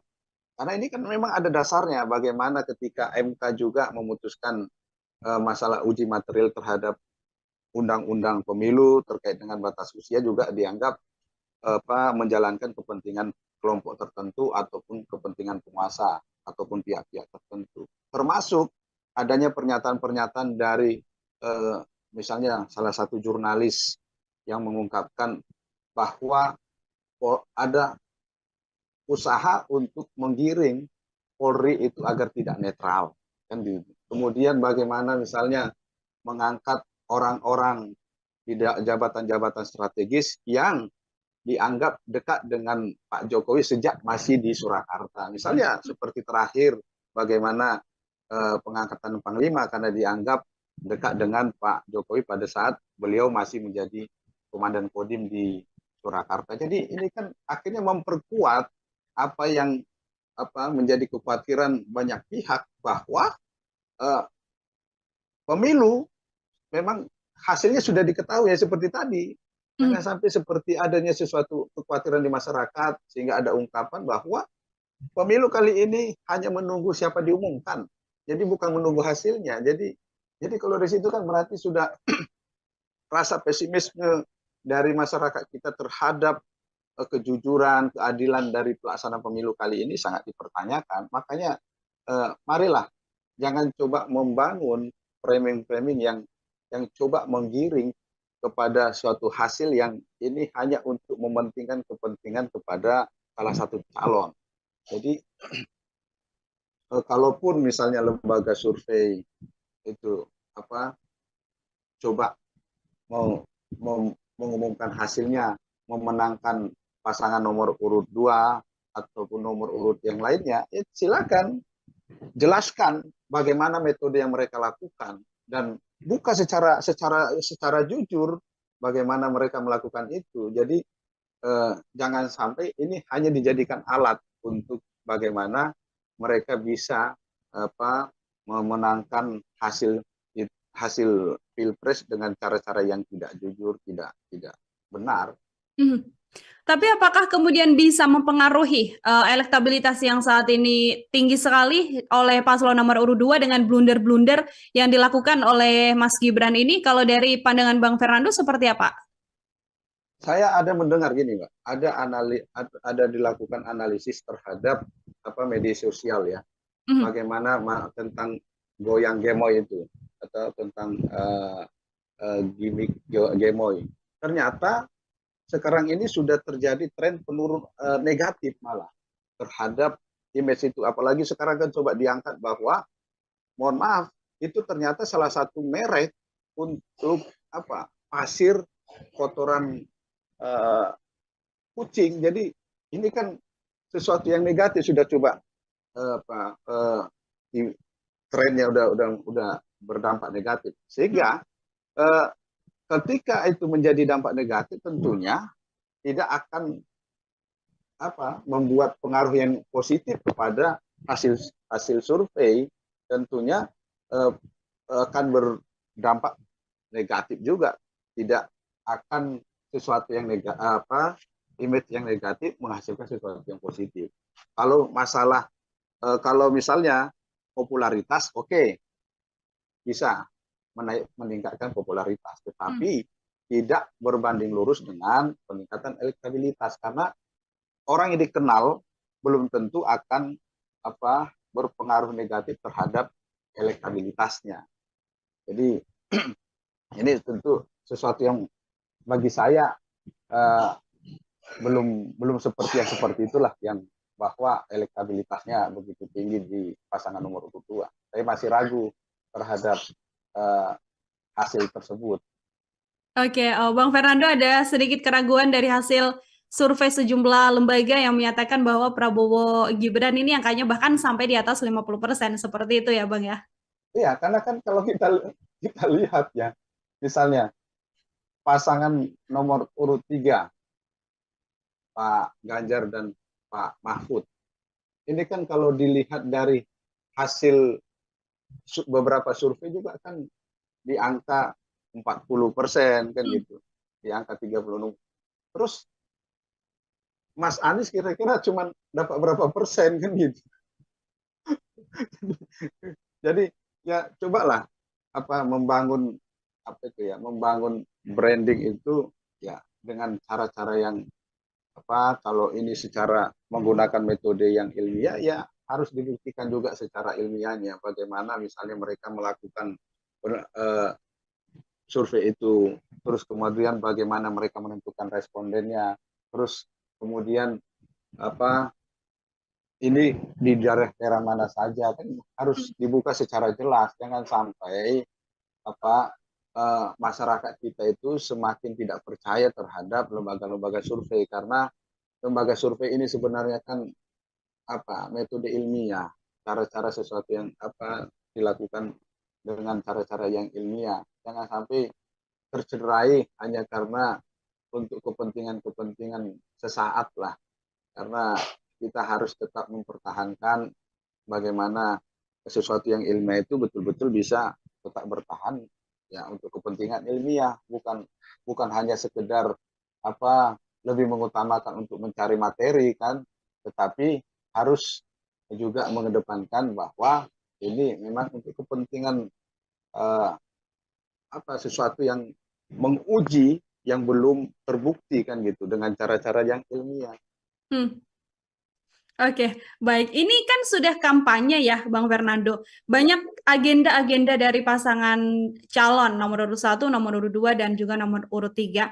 Kalau dari kacamata Bang Fernando sendiri, kalau kita melihat dari bagaimana keseriusan dan juga kematangan tim kampanyenya untuk bisa melakukan kampanye yang baik dan juga bisa menjamah seluruh elemen, bisa dikatakan seperti untuk menyampaikan gagasan dan lain sebagainya.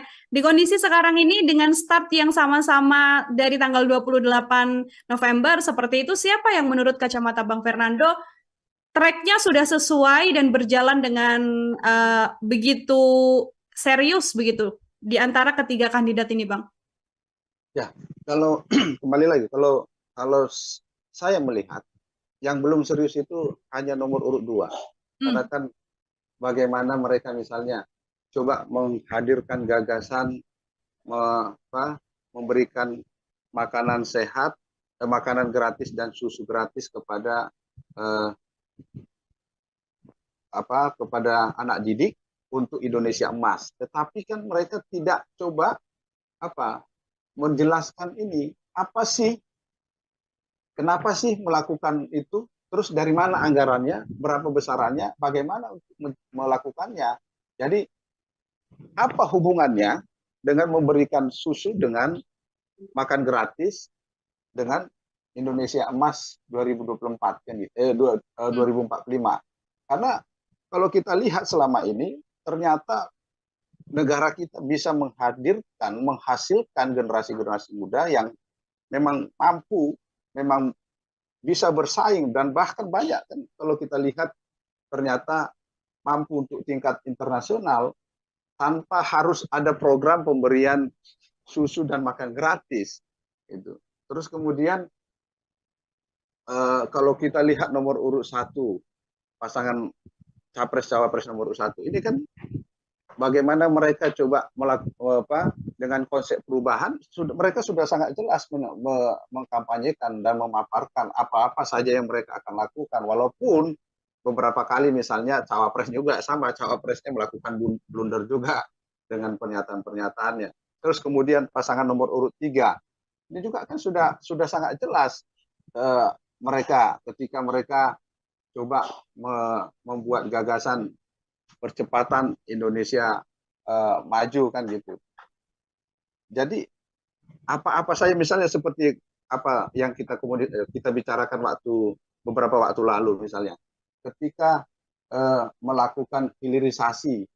Jadi hilirisasi itu bukan saja pada nikel, tetapi untuk kepentingan-kepentingan lain pada sektor-sektor lain, pertanian misalnya, kalaupun itu misalnya hasil kelapa sawit tidak mengekspor misalnya minyak mentahnya ke luar negeri dan kembali mengimpor minyak tanahnya ke Indonesia. Tetapi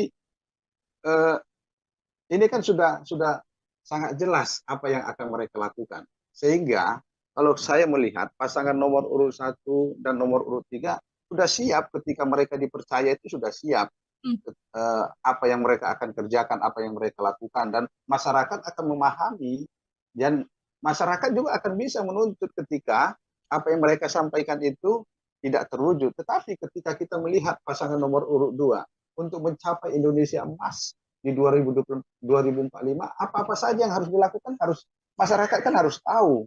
Jadi bukan sekedar hanya memberikan setiap kampanye memberikan susu gratis ataupun memberikan makan gratis, tetapi apa yang akan mereka lakukan itu masyarakat harus tahu. Dan saya juga berharap kepada para pemilih masyarakat Indonesia agar juga inilah kesempatan kita untuk melihat siapa sih pasangan capres-cawapres yang layak untuk kita pilih, yang layak untuk kita percaya memimpin Indonesia ke depan. Karena tidak hanya sekedar diberikan susu, makan gratis, kita memilih, tetapi banyak yang lebih besar persoalan-persoalan bangsa ini. Bagaimana persoalan tentang keamanan di tingkat dalam negeri, tingkat dunia, ini kan juga perlu menjadi perhatian. Apa yang akan dilakukan ini kan juga harus disampaikan. Kemudian masalah lapangan pekerjaan yang sampai saat ini juga masih banyak pengangguran. Jadi ini kan harus disampaikan kepada pemilih. Kira-kira apa yang akan mereka lakukan, apa komitmen mereka terhadap para pengangguran-pengangguran ini, sehingga mereka mau memilih. Terus kemudian persoalan-persoalan pertanian yang selama ini dihadapi oleh para petani, kelangkaan pupuk seperti sekarang ini. Terus kemudian ketika mereka panen, ternyata hasil panennya dihargai dengan harga yang murah, dan akhirnya tidak sebanding apa yang mereka keluarkan dengan apa yang mereka dapatkan. Mengakibatkan para petani tidak lagi secara serius melakukan pertanian.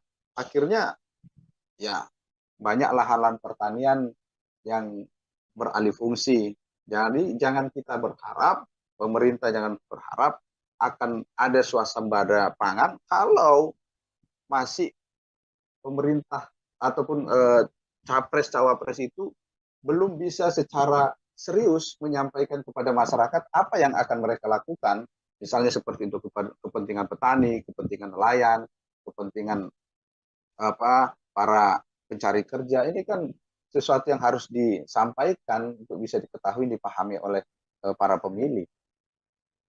Oke, banyak hal-hal atau yang kemudian menjadi PR besar dari pasangan kandidat yang ada untuk bisa meyakinkan publik juga ya, Bang Fernando, agar nantinya bisa memilihnya dalam periode 5 tahun ke depan kepemimpinan Indonesia. Terakhir dari saya, Bang Fernando, ini kan banyak yang mengatakan nanti Pilpres ini akan berjalan dengan satu putaran karena kondisinya tadi sejumlah lembaga survei mengatakan angka dari Prabowo Gibran sudah di angka 50%. Kalau dari kacamata Bang Fernando melihat situasi yang saat ini terjadi, apakah juga Bang Fernando bisa mengatakan ini akan berjalan satu putaran atau pasti berjalan 2 putaran, Bang? Saya masih pesimis kalau ini terjadi satu putaran, karena bagaimana penyebaran dari para pendukung pasangan nomor urut 1, nomor urut 2, nomor urut 3. Misalnya kalau kita lihat ya, Jawa Barat yang selama ini memang menjadi basisnya Pak Prabowo, tapi kan akhirnya sekarang ini kan terbagi. Apalagi pasangan nomor urut 1 mengklaim, mentargetkan akan memperoleh suara 44% dari Jawa Barat. Ini kan akhirnya kalau kita lihat coba bagaimana target dari nomor urut 1 dengan nomor urut 2, ini kan akhirnya memperkecil peluang untuk bisa satu putaran. Kemudian bagaimana Jawa Tengah yang menjadi basisnya nomor urut 3, walaupun sekarang akhirnya terbagi ke nomor urut 2, tetapi tidak akan secara maksimal bisa diraih oleh pasangan nomor urut 2, misalnya sampai akan berjarak yang begitu dekat. Saya masih yakin seperti Jawa Tengah itu jarak antara capres-cawapres dengan antara nomor urut 3 dengan yang lainnya itu masih cukup cukup jauh. Kemudian Mas Bapak untuk blundernya pernyataan dari pendukung partai kader partai pendukungnya nomor urut 2 ini misalnya seperti Pak Ade Armando terkait dengan masalah Yogyakarta ini kan juga berpengaruh juga terhadap perolehan suara pasangan nomor urut 2 di Yogyakarta. Walaupun tidak terlalu banyak, tetapi kan ini sangat mempengaruhi untuk kemungkinan bisa 1 putaran, 2 putaran. Terus kemudian di Jawa Timur, yang kita coba melihat Jawa Timur ini kan memang terbagi hampir merata ketiga pasangan. Karena misalnya seperti pasangan nomor urut 1, di sana ada Cak Imin kan gitu. Terus kemudian pasangan nomor urut 3 ada Pak Mahfud. Kemudian kalau kita berbicara dengan nomor urut 2, ya ini kan coba menggandeng tokoh-tokoh yang bisa berpengaruh di wilayah Jawa Timur. Jadi kalau kita lihat misalnya untuk 3 wilayah, 3 provinsi yang sekitar pemilihnya itu hampir 50%, ini hampir terbagi merata, ya sangat-sangat kecil kemungkinan untuk bisa meraih 1 putaran. Kemudian kalau kita lihat di luar Pulau Jawa, ini kan juga hampir merata. Misalnya kalau kita lihat Aceh akan sangat terbagi antara pasangan nomor urut 1 dengan nomor urut 2. Terus kemudian Sumatera Utara ini hampir merata di 3 paslon. Di Sumatera Barat kemungkinan bisa juga menjadi basisnya 2 pasangan antara nomor 1 nomor 2. Jadi sangat saya itu masih meyakini ini tidak bisa 1 putaran. Oke. 2 putaran. Oke, Bang Fernando termasuk yang meyakini kemudian Pilpres ini tidak berjalan 1 putaran, tapi 2 putaran melihat dengan situasi dan juga hitung-hitungan yang tadi disampaikan. Seperti itu ya, Bang ya? Iya. Baik, karena Bang. ada sama-sama yang kuat kan saling berebut. Misalnya kalau ada daerah yang tidak akhirnya misalnya pasangan nomor urut 2 blunder, ini akan mengalihkan dukungannya ke pasangan nomor urut 1 kan gitu. Jadi ini saling bisa saling mengambil, tetapi tidak akan bisa membuat menjadi 1 putaran. Oke, suara masih bisa berubah sebelum nantinya pemilihan yang akan terjadi di 14 Februari untuk apalagi kalau ada pernyataan-pernyataan atau sikap-sikap yang blunder, termasuk nanti masalah ketika debat capres dan cawapres, ini kan sangat memberikan pengaruh juga untuk terhadap para pemilih kita untuk memilih pasangan nomor berapa nantinya. Oke, bagaimana kemudian perubahan suara termasuk kondisi elektabilitas setelah debat capres-cawapres? Nanti kita akan bahas dalam bahasan terpisah, Bang Fernando. Kita akhiri diskusi kita hari ini. Terima kasih sekali untuk kebersamaannya dalam program Tribun News on Focus bersama dengan Direktur Rumah Politik Indonesia Fernando Mas Tribuners. Bang Fernando, sekali lagi terima kasih untuk kebersamaannya. Selamat beraktivitas kembali, Bang. Terima kasih. Selamat aktivitas. Ya, Tribuners, demikian diskusi saya dalam program Tribun News on Focus kali ini terkait apakah blunder Gibran ini bisa mempengaruhi suara dan juga elektabilitas dari pasangan nomor urut 2. Kita nantikan obrolan lainnya bersama dengan saya dalam program yang sama, Tribun News on Focus. Saya Nila Irda pamit undur diri. Terima kasih dan sampai jumpa. Download Tribun X sekarang. Menghadirkan lokal menjadi Indonesia. Kenapa sih pasangan nomor urut 2 ini tidak serius mengambil momen-momen kampanye ini untuk lebih memperkenalkan apa yang menjadi program-program mereka, apa yang menjadi visi misi mereka. Kalau saya lihat seperti Gibran ini kan menduplikasi bagaimana gaya Pak Jokowi ketika kampanye waktu itu. Jadi hanya ingin menonjolkan bagaimana beliau itu sebagai pemimpin yang dekat dengan rakyat. Ketika itu Pak Jokowi kan bagaimana coba membangun image seperti itu, masuk ke gorong-gorong kan gitu. Tetapi saat ini kan Gibran nggak melakukan itu lagi. Mereka ini kan ingin diidentikan dengan orang yang suka bekerja. Jadi makanya ketika ada masa-masa kampanye yang disiapkan oleh KPU, mereka tidak memanfaatkan dengan efektif efisien, tetapi ada banyak hari-hari yang mereka tidak pergunakan, tidak mengambil cuti, tetapi lebih mementingkan bekerja sebagai Menteri Pertahanan dan ataupun wali kota. Program Tribunnews on Fokus. Tribuners, hari ini kembali menjumpai Anda bersama dengan saya Nila Irda.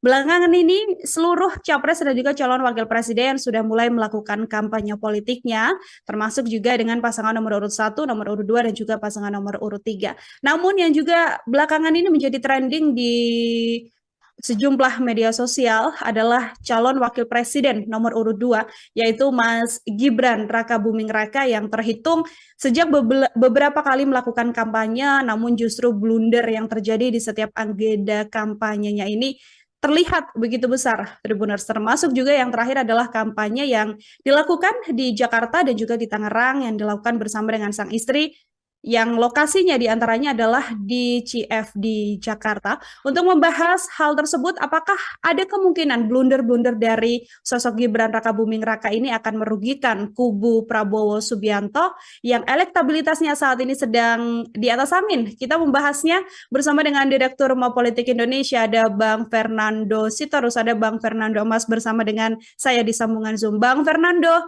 terima kasih sudah bergabung. Apa kabar, Abang? Terima kasih Mbak Nila. Baik, Mbak Nila sehat juga ya. Sehat, Bang Fernando. Terima kasih sekali untuk kesempatannya kembali berbincang kita, Bang, dalam Tribunnews on Focus, yang mana hari ini secara konstan kita akan membahas bagaimana Mas Gibran yang melakukan kampanye dan publik melihatnya banyak sekali blunder yang dilakukan. Sebelum itu, Bang Fernando, saya mau minta komentar dari Bang Fernando terlebih dahulu. Kalau kita melihat start dibuka kampanye di akhir November kemarin, ini kan pasangan Ganjar Mahfud cukup masif, pasangan Amin juga cukup masif, tapi di sisi lain pasangan nomor urut 2, Prabowo Subianto dan Mas Gibran, hari pertama belum melakukan kampanye dan sampai sekarang kampanyenya juga tidak tampak masif, justru terlihat begitu santai, yang lainnya datang ke beberapa titik, namun pasangan nomor urut 2 ini tampak tidak ada plan begitu ya Bang ya di setiap kampanyenya dan dilakukan cukup tertutup. Ini Bang Fernando melihatnya seperti apa, Bang? Iya, kalau kita melihat dari pasangan capres-cawapres lainnya, nomor urut 1 dan 3 ini kan pada eh, hari pertama kampanye, mereka kan ada ritualnya itu ya, kalau kita lihat. Bagaimana misalnya kalau kita lihat nomor urut 1, Pak Anies memulai kampanyenya di DKI Jakarta, di mana beliau situ meniti karirnya di bidang pemerintahan, ya, bidang kepala daerah sebagai gubernur DKI, dan beliau sepertinya ingin mengawali kesuksesan di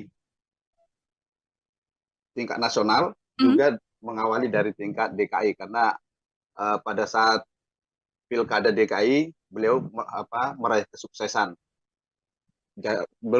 Begitu juga dengan pasangannya Pak Muhaimin, juga berkampanye di wilayah kelahiran beliau di wilayah Jawa Timur. Jadi kalau kita lihat kan pasangan nomor urut 1 coba memulai dengan sesuatu, ada nilai, ada makna dari mengambil titik-titik tempat kampanye mereka. Terus kemudian nomor urut 3 kan ada yang dari timur, ada kampanye di barat. Ya. Pak Ganjar di wilayah Papua, kemudian Pak Mahfud di wilayah Aceh. Jadi ini kan ujung ke ujung Indonesia. Jadi sangat jelas mereka memang ingin menggambarkan bahwa ketika mereka nanti dipercaya akan terjadi pemerataan dari timur sampai ke barat. Jadi akan diperhatikan seluruh Indonesia. Tetapi yang menjadi pertanyaan, kenapa pasangan capres-cawapres nomor urut 2 ini tidak ada melakukan kampanye di hari pertama. Walaupun kalau kita lihat ya, mereka coba ada sesuatu nilai yang saya lihat ketika mereka coba menunjukkan keseriusan bekerja dengan tidak mengambil cuti pada masa kampanye pertama, kedua, dan gitu. Jadi, tetapi dengan cara begitu mereka menjadi sorotan, menjadi pemberitaan juga, dan ini menjadi ajang kampanye melalui media akhirnya kan gitu. Walaupun tidak secara resmi mengambil kegiatan kampanye untuk kegiatan mereka. Jadi, tetapi menjadi pertanyaan pada publik juga, kenapa sih pasangan nomor urut 2 ini tidak serius mengambil momen-momen kampanye ini untuk lebih memperkenalkan apa yang menjadi program-program mereka, apa yang menjadi visi misi mereka. Karena kalau kita lihat pasangan nomor urut 1, pasangan nomor urut 3 begitu seriusnya menggunakan waktu kampanye yang ditetapkan oleh KPU untuk mendekati masyarakat, menyampaikan apa yang menjadi program-program mereka, apa yang menjadi gagasan mereka, apa yang akan mereka perbuat ketika dipercaya nantinya menjadi presiden dan wakil presiden. Jadi ini kan menjadi tanda tanya, apakah kira-kira pasangan nomor urut 2 ini memang serius apa tidak menggunakan masa-masa kampanye ini dengan melakukan kampanye langsung kepada masyarakat, atau memang ada kampanye terselubung dilakukan, walaupun tim kampanye kan tetap berjalan melakukan kampanye-kampanye, kegiatan-kegiatan, memanfaatkan momentum kampanye. Tapi kan gini, masyarakat kan ingin lebih dekat lagi dengan siapa sih capres dan cawapresnya. Apakah jadi menjadi tanda tanya ini, apakah pasangan nomor 2 ini memang sudah yakin akan menang? Gitu. Jadi jangan sampai nanti begini, adanya ungkapan-ungkapan di masyarakat menjadi sesuatu yang benar dan dianggap benar, karena kan selama ini masyarakat ada pernyataan-pernyataan di masyarakat bahwa yang ditunggu itu bukan hasil pemilunya, tapi siapa yang ditetapkan sebagai pemenang pemilu. Ini kan menjadi sikap pesimis dari masyarakat kita terhadap hasil pilpres kita yang akan datang ini. Jadi apalagi ditambah bagaimana pasangan nomor urut 2 tidak memanfaatkan momen-momen kampanye ini dengan baik. Jadi kalau kita lihat hanya waktu-waktu terbatas saja dipergunakan oleh pasangan nomor urut 2 melakukan kampanye. Kalau kita lihat dari statement TKN juga kan mengatakan Bang Fernando bahwa karena memang masih sama-sama bekerja begitu ya untuk pasangan yang satu ini ya, Mas Gibran masih menjadi wali kota Solo, Prabowo Subianto juga masih menjadi Menteri Pertahanan, hingga kemudian cuti yang memang Presiden Jokowi sudah mengatakan boleh kok calon presiden dan calon wakil presiden cuti, namun hanya dimaksimalkan untuk cuti 2 kali dalam 1 minggu. Kalau dari kacamata Bang Fernando ini, memang sisi yang ingin ditonjolkan adalah sisi bagaimana kemudian kedua calon ini bekerja keras meskipun sedang ada di masa kampanye ini, atau justru apa yang sebenarnya bisa menjadi bagian strategi dengan keputusan yang dilakukan oleh tim nomor urut 2 ini, Bang Fernando? Ya, kembali lagi saya bilang tadi. Jadi memang ada maksud terselubung dari tim TKN ketika hanya memanfaatkan 2 hari dalam 1 minggu masa kampanye dari pasangan nomor urut 2 ini. Jadi ya bisa saja dengan menjual tadi dianggap sebagai pasangan yang benar-benar memberikan perhatian kepada kerja-kerja bukan kampanye. Jadi seolah-olah mereka itu tidak ada ambisi meraih kekuasaan, kan seolah-olah bisa nanti dijual seperti itu, di branding seperti itu, bahwa pasangan nomor urut 2 tidak berambisi meraih kekuasaan. Karena apa? Mereka lebih mengutamakan amanah yang mereka sudah terima sebagai Menteri Pertahanan ataupun Wali Kota Solo. Tetapi kan begini, tidak kerja-kerja dari apa yang sudah mereka lakukan itu kan mereka emban itu masih ada kok penanggung jawab lainnya. Misalnya di tingkat kementerian ada deputi, ada juga di Solo ada kepala dinas kan gitu, di tingkat wali kota. Jadi bisa ada pendelegasian yang bisa dilakukan. Jadi bukan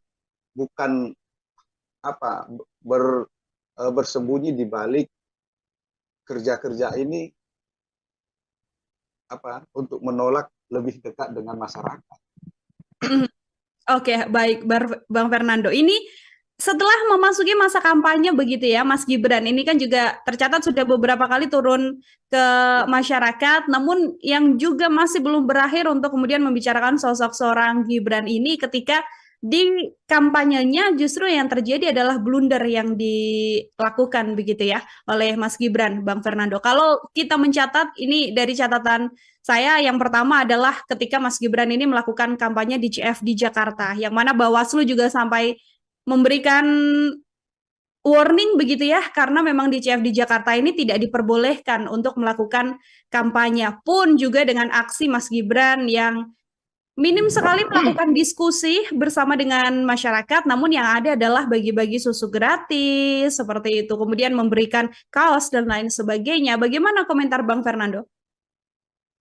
Ini kan ini kalau saya lihat seperti Gibran ini kan menduplikasi bagaimana gaya Pak Jokowi ketika kampanye waktu itu. Jadi hanya ingin menonjolkan bagaimana uh, beliau itu sebagai pemimpin yang dekat dengan rakyat.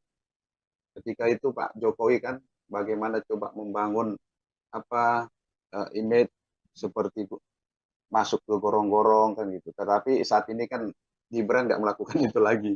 Mungkin tetapi dengan cara-cara yang berbeda akan dilakukan oleh Gibran, tetapi ada beberapa yang akhirnya seperti Mbak Nila sampaikan tadi, ada yang blunder, termasuk pernyataan Gibran yang dianggap ini kan menjadi akhirnya sekarang menjadi ledekan, karena seperti masalah asam sulfat yang seharusnya asam folat kan gitu. Ya, betul sekali. Jadi ini kan lagi rame di perbincangan di media sosial dan menjadi ledekan-ledekan. Tetapi kan begini, kita harus lihat juga, jangan sampai ini juga bagian dari strategi mereka untuk bagaimana pasangan Pak Prabowo dan Gibran ini menjadi perbincangan di media sosial secara terus-menerus. Akhirnya kalau kita lihat, mereka kan trending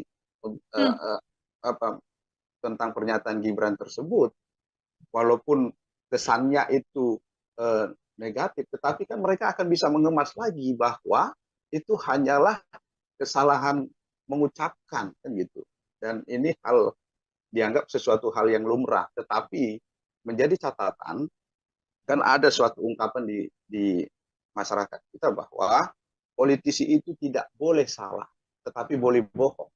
Berbeda kalau misalnya seperti saya, akademisi, saya itu boleh salah, tetapi tidak boleh bohong. Jadi itu perbedaannya kan. Jadi ketika Gibran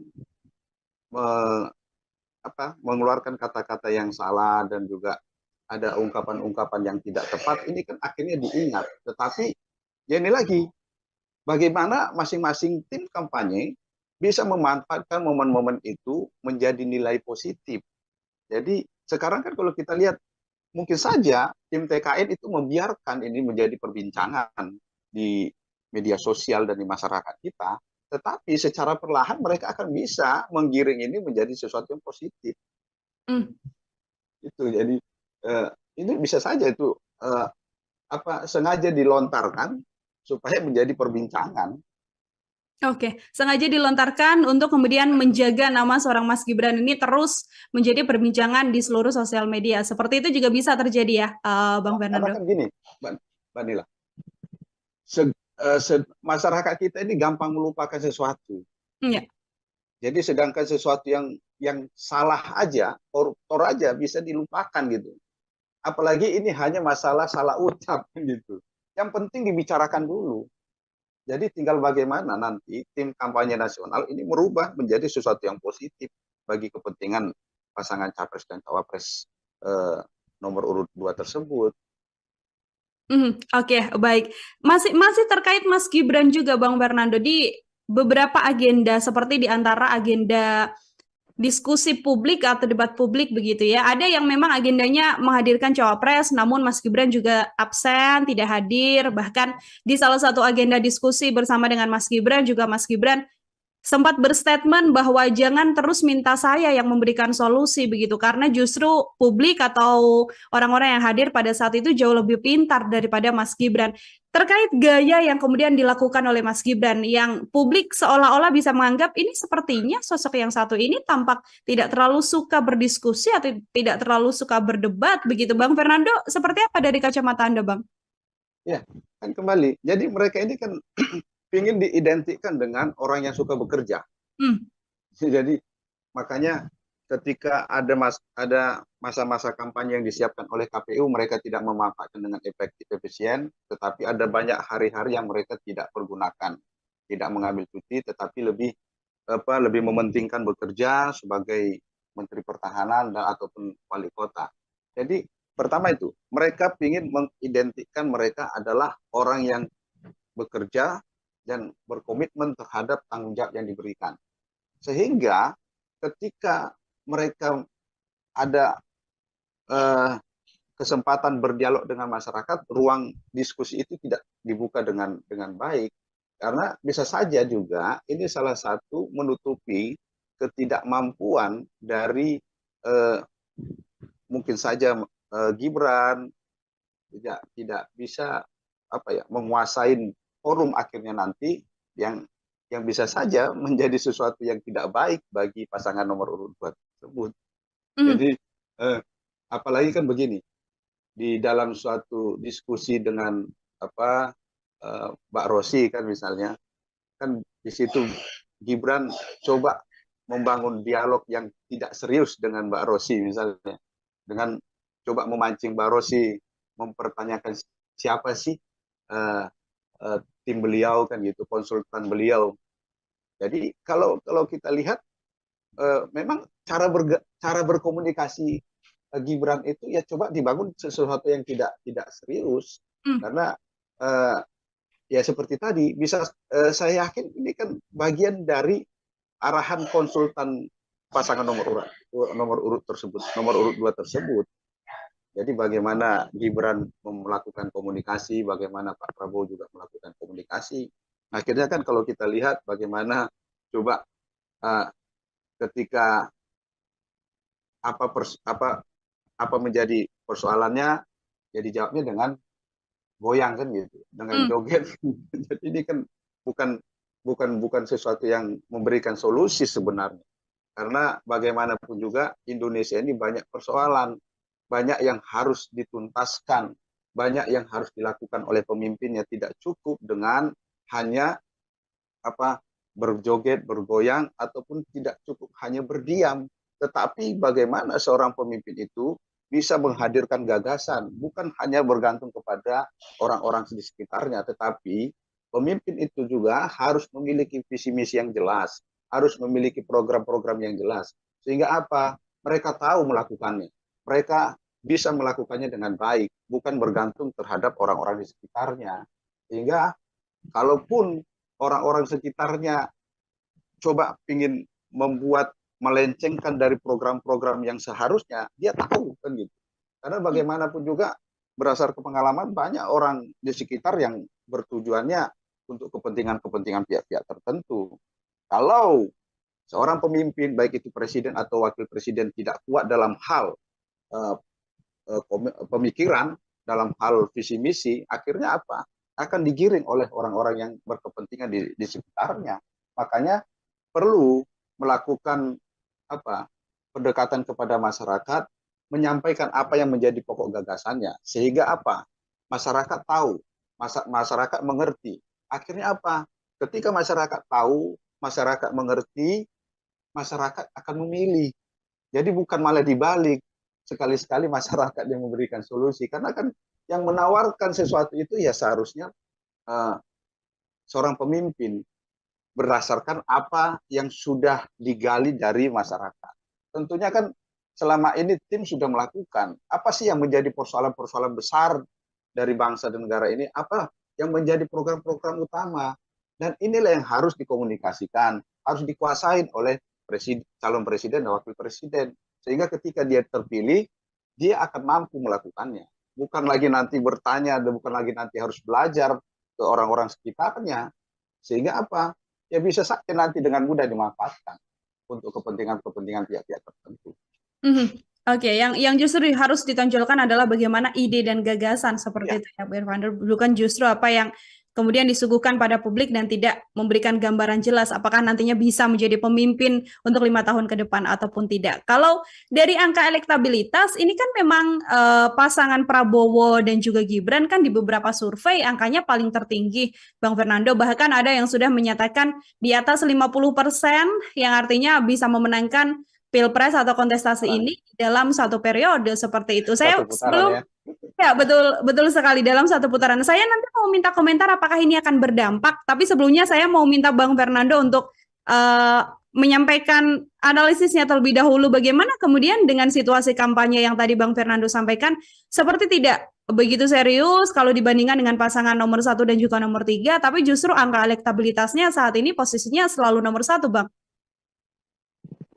Ini kan juga lembaga-lembaga survei ini kan banyak banyak menjadi polemik sebenarnya. Bagaimana ada yang satu mempertentangkan hasil yang satu kan gitu. Jadi ini hasil survei ini kan bagaimana masing-masing itu lembaga melakukannya itu dengan benar-benar secara murni, jujur, tidak berpihak kepada kepentingan-kepentingan pasangan capres tertentu. Jadi kalaupun ada lembaga survei yang menunjukkan pasangan nomor urut 2 sampai sudah mencapai 50% ataupun di atas 50%, ya tinggal bagaimana nanti hasil pemilu yang akan membuktikan. Jadi tentu kan bagaimana mereka menentukan responden itu kan ini mempengaruhi juga. Jangan sampai nanti tidak dilakukan secara ilmiah hanya karena untuk kepentingan kelompok tertentu, hanya untuk memframing bahwa Pilpres 2024 akan dimenangkan oleh paslon nomor urut 2. Tetapi kan begini, jangan sampai nanti begini, ini menjadi sesuatu yang menguatkan apa yang menjadi kekhawatiran dari banyak pihak, bahwa banyak yang sudah tidak lagi netral di dalam menjalankan pemilu kali ini. Karena seperti apa, misalnya ketika kemarin KPU yang mengeluarkan pernyataan tidak akan membuat debat capres, akhirnya ini kan dianggap bahwa KPU tidak lagi netral. Karena ini kan memang ada dasarnya, bagaimana ketika MK juga memutuskan masalah uji material terhadap undang-undang pemilu terkait dengan batas usia juga dianggap menjalankan kepentingan kelompok tertentu ataupun kepentingan penguasa ataupun pihak-pihak tertentu. Termasuk adanya pernyataan-pernyataan dari misalnya salah satu jurnalis yang mengungkapkan bahwa ada usaha untuk menggiring Polri itu agar tidak netral. Kan gitu. Kemudian bagaimana misalnya mengangkat orang-orang di jabatan-jabatan strategis yang dianggap dekat dengan Pak Jokowi sejak masih di Surakarta. Misalnya seperti terakhir bagaimana pengangkatan Panglima karena dianggap dekat dengan Pak Jokowi pada saat beliau masih menjadi Komandan Kodim di Surakarta. Jadi ini kan akhirnya memperkuat apa yang menjadi kekhawatiran banyak pihak bahwa pemilu memang hasilnya sudah diketahui ya, seperti tadi. Jangan sampai seperti adanya sesuatu kekhawatiran di masyarakat sehingga ada ungkapan bahwa pemilu kali ini hanya menunggu siapa diumumkan. Jadi bukan menunggu hasilnya. Jadi kalau dari situ kan berarti sudah rasa pesimisme dari masyarakat kita terhadap kejujuran, keadilan dari pelaksana pemilu kali ini sangat dipertanyakan. Makanya marilah jangan coba membangun framing-framing yang coba menggiring kepada suatu hasil yang ini hanya untuk mementingkan kepentingan kepada salah satu calon. Jadi kalaupun misalnya lembaga survei itu coba mengumumkan hasilnya memenangkan pasangan nomor urut 2 ataupun nomor urut yang lainnya, silakan jelaskan bagaimana metode yang mereka lakukan dan buka secara jujur bagaimana mereka melakukan itu. Jadi jangan sampai ini hanya dijadikan alat untuk bagaimana mereka bisa memenangkan hasil pilpres dengan cara-cara yang tidak jujur, tidak benar. Tapi apakah kemudian bisa mempengaruhi elektabilitas yang saat ini tinggi sekali oleh paslon nomor urut 2 dengan blunder-blunder yang dilakukan oleh Mas Gibran ini? Kalau dari pandangan Bang Fernando seperti apa? Saya ada mendengar gini, Mbak. Ada dilakukan analisis terhadap media sosial ya. Mhm. bagaimana tentang goyang gemoy itu atau tentang gimmick gemoy. Ternyata sekarang ini sudah terjadi tren penurun negatif malah terhadap image itu. Apalagi sekarang kan coba diangkat bahwa, mohon maaf, itu ternyata salah satu merek untuk apa, pasir kotoran eh, kucing. Jadi ini kan sesuatu yang negatif, sudah coba apa trennya udah berdampak negatif, sehingga eh, ketika itu menjadi dampak negatif tentunya tidak akan apa membuat pengaruh yang positif kepada hasil hasil survei. Tentunya eh, akan berdampak negatif juga, tidak akan sesuatu yang image yang negatif menghasilkan sesuatu yang positif.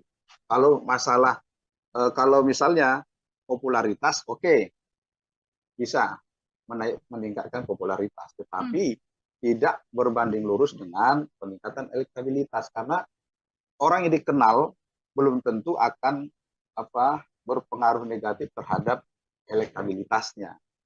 Jadi ini tentu sesuatu yang bagi saya eh, belum seperti itulah, yang bahwa elektabilitasnya begitu tinggi di pasangan nomor urut 2. Saya masih ragu terhadap eh, hasil tersebut. Oke, Bang Fernando, ada sedikit keraguan dari hasil survei sejumlah lembaga yang menyatakan bahwa Prabowo Gibran ini angkanya bahkan sampai di atas 50%. Seperti itu ya, Bang ya? Iya, karena kan kalau kita lihat ya, misalnya pasangan nomor urut 3, Pak Ganjar dan Pak Mahfud. Ini kan kalau dilihat dari hasil beberapa survei juga kan di angka 40% kan gitu, di angka 36. Terus Mas Anies kira-kira cuma dapat berapa persen kan gitu. Jadi ya cobalah membangun membangun branding itu ya dengan cara-cara yang kalau ini secara menggunakan metode yang ilmiah, ya harus dibuktikan juga secara ilmiahnya bagaimana misalnya mereka melakukan survei itu, terus kemudian bagaimana mereka menentukan respondennya, terus kemudian ini di daerah mana saja, kan harus dibuka secara jelas. Jangan sampai masyarakat kita itu semakin tidak percaya terhadap lembaga-lembaga survei, karena lembaga survei ini sebenarnya kan metode ilmiah, cara-cara sesuatu yang dilakukan dengan cara-cara yang ilmiah. Jangan sampai tercederai hanya karena untuk kepentingan sesaat lah, karena kita harus tetap mempertahankan bagaimana sesuatu yang ilmiah itu betul-betul bisa tetap bertahan ya untuk kepentingan ilmiah, bukan hanya sekedar lebih mengutamakan untuk mencari materi kan, tetapi harus juga mengedepankan bahwa ini memang untuk kepentingan sesuatu yang menguji yang belum terbukti kan gitu, dengan cara-cara yang ilmiah. Oke, baik. Ini kan sudah kampanye ya, Bang Fernando. Banyak agenda-agenda dari pasangan calon nomor urut 1, nomor urut 2, dan juga nomor urut 3. Kalau dari kacamata Bang Fernando sendiri, kalau kita melihat dari bagaimana keseriusan dan juga kematangan tim kampanyenya untuk bisa melakukan kampanye yang baik dan juga bisa menjamah seluruh elemen, bisa dikatakan seperti itu, untuk menyampaikan gagasan dan lain sebagainya. Di kondisi sekarang ini dengan start yang sama-sama dari tanggal 28 November seperti itu, siapa yang menurut kacamata Bang Fernando tracknya sudah sesuai dan berjalan dengan begitu serius begitu di antara ketiga kandidat ini, Bang? Ya, kalau kembali lagi, kalau saya melihat yang belum serius itu hanya nomor urut 2. Karena kan bagaimana mereka misalnya coba menghadirkan gagasan memberikan makanan sehat, makanan gratis dan susu gratis kepada kepada anak didik untuk Indonesia Emas. Tetapi kan mereka tidak coba menjelaskan ini apa sih Kenapa sih melakukan itu? Terus dari mana anggarannya? Berapa besarannya? Bagaimana untuk melakukannya?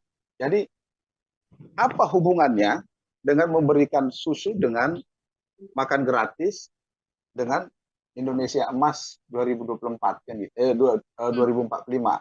Karena kalau kita lihat selama ini ternyata negara kita bisa menghasilkan generasi-generasi muda yang memang mampu, memang bisa bersaing dan bahkan banyak kan kalau kita lihat ternyata mampu untuk tingkat internasional tanpa harus ada program pemberian susu dan makan gratis itu. Terus kemudian kalau kita lihat nomor urut 1 pasangan capres cawapres nomor urut 1 ini kan bagaimana mereka coba melakukan dengan konsep perubahan, mereka sudah sangat jelas mengkampanyekan dan memaparkan apa-apa saja yang mereka akan lakukan, walaupun beberapa kali misalnya cawapres juga sama, cawapresnya melakukan blunder juga dengan pernyataan-pernyataannya. Terus kemudian pasangan nomor urut 3 ini juga kan sudah sangat jelas mereka maju kan gitu. Jadi apa-apa saja misalnya seperti apa yang kita bicarakan beberapa waktu lalu misalnya ketika melakukan hilirisasi. Jadi hilirisasi itu bukan saja pada nikel tetapi untuk kepentingan-kepentingan lain pada sektor-sektor lain, pertanian misalnya, kalaupun itu misalnya hasil kelapa sawit tidak mengekspor misalnya minyak mentahnya ke luar negeri dan kembali mengimpor minyak tanahnya ke Indonesia. Tetapi ini kan sudah sangat jelas apa yang akan mereka lakukan. Sehingga kalau saya melihat pasangan nomor urut 1 dan nomor urut 3 sudah siap ketika mereka dipercaya itu sudah siap apa yang mereka akan kerjakan, apa yang mereka lakukan, dan masyarakat akan memahami dan masyarakat juga akan bisa menuntut ketika apa yang mereka sampaikan itu tidak terwujud. Tetapi ketika kita melihat pasangan nomor urut 2 untuk mencapai Indonesia Emas di 2045, apa-apa saja yang harus dilakukan, masyarakat kan harus tahu.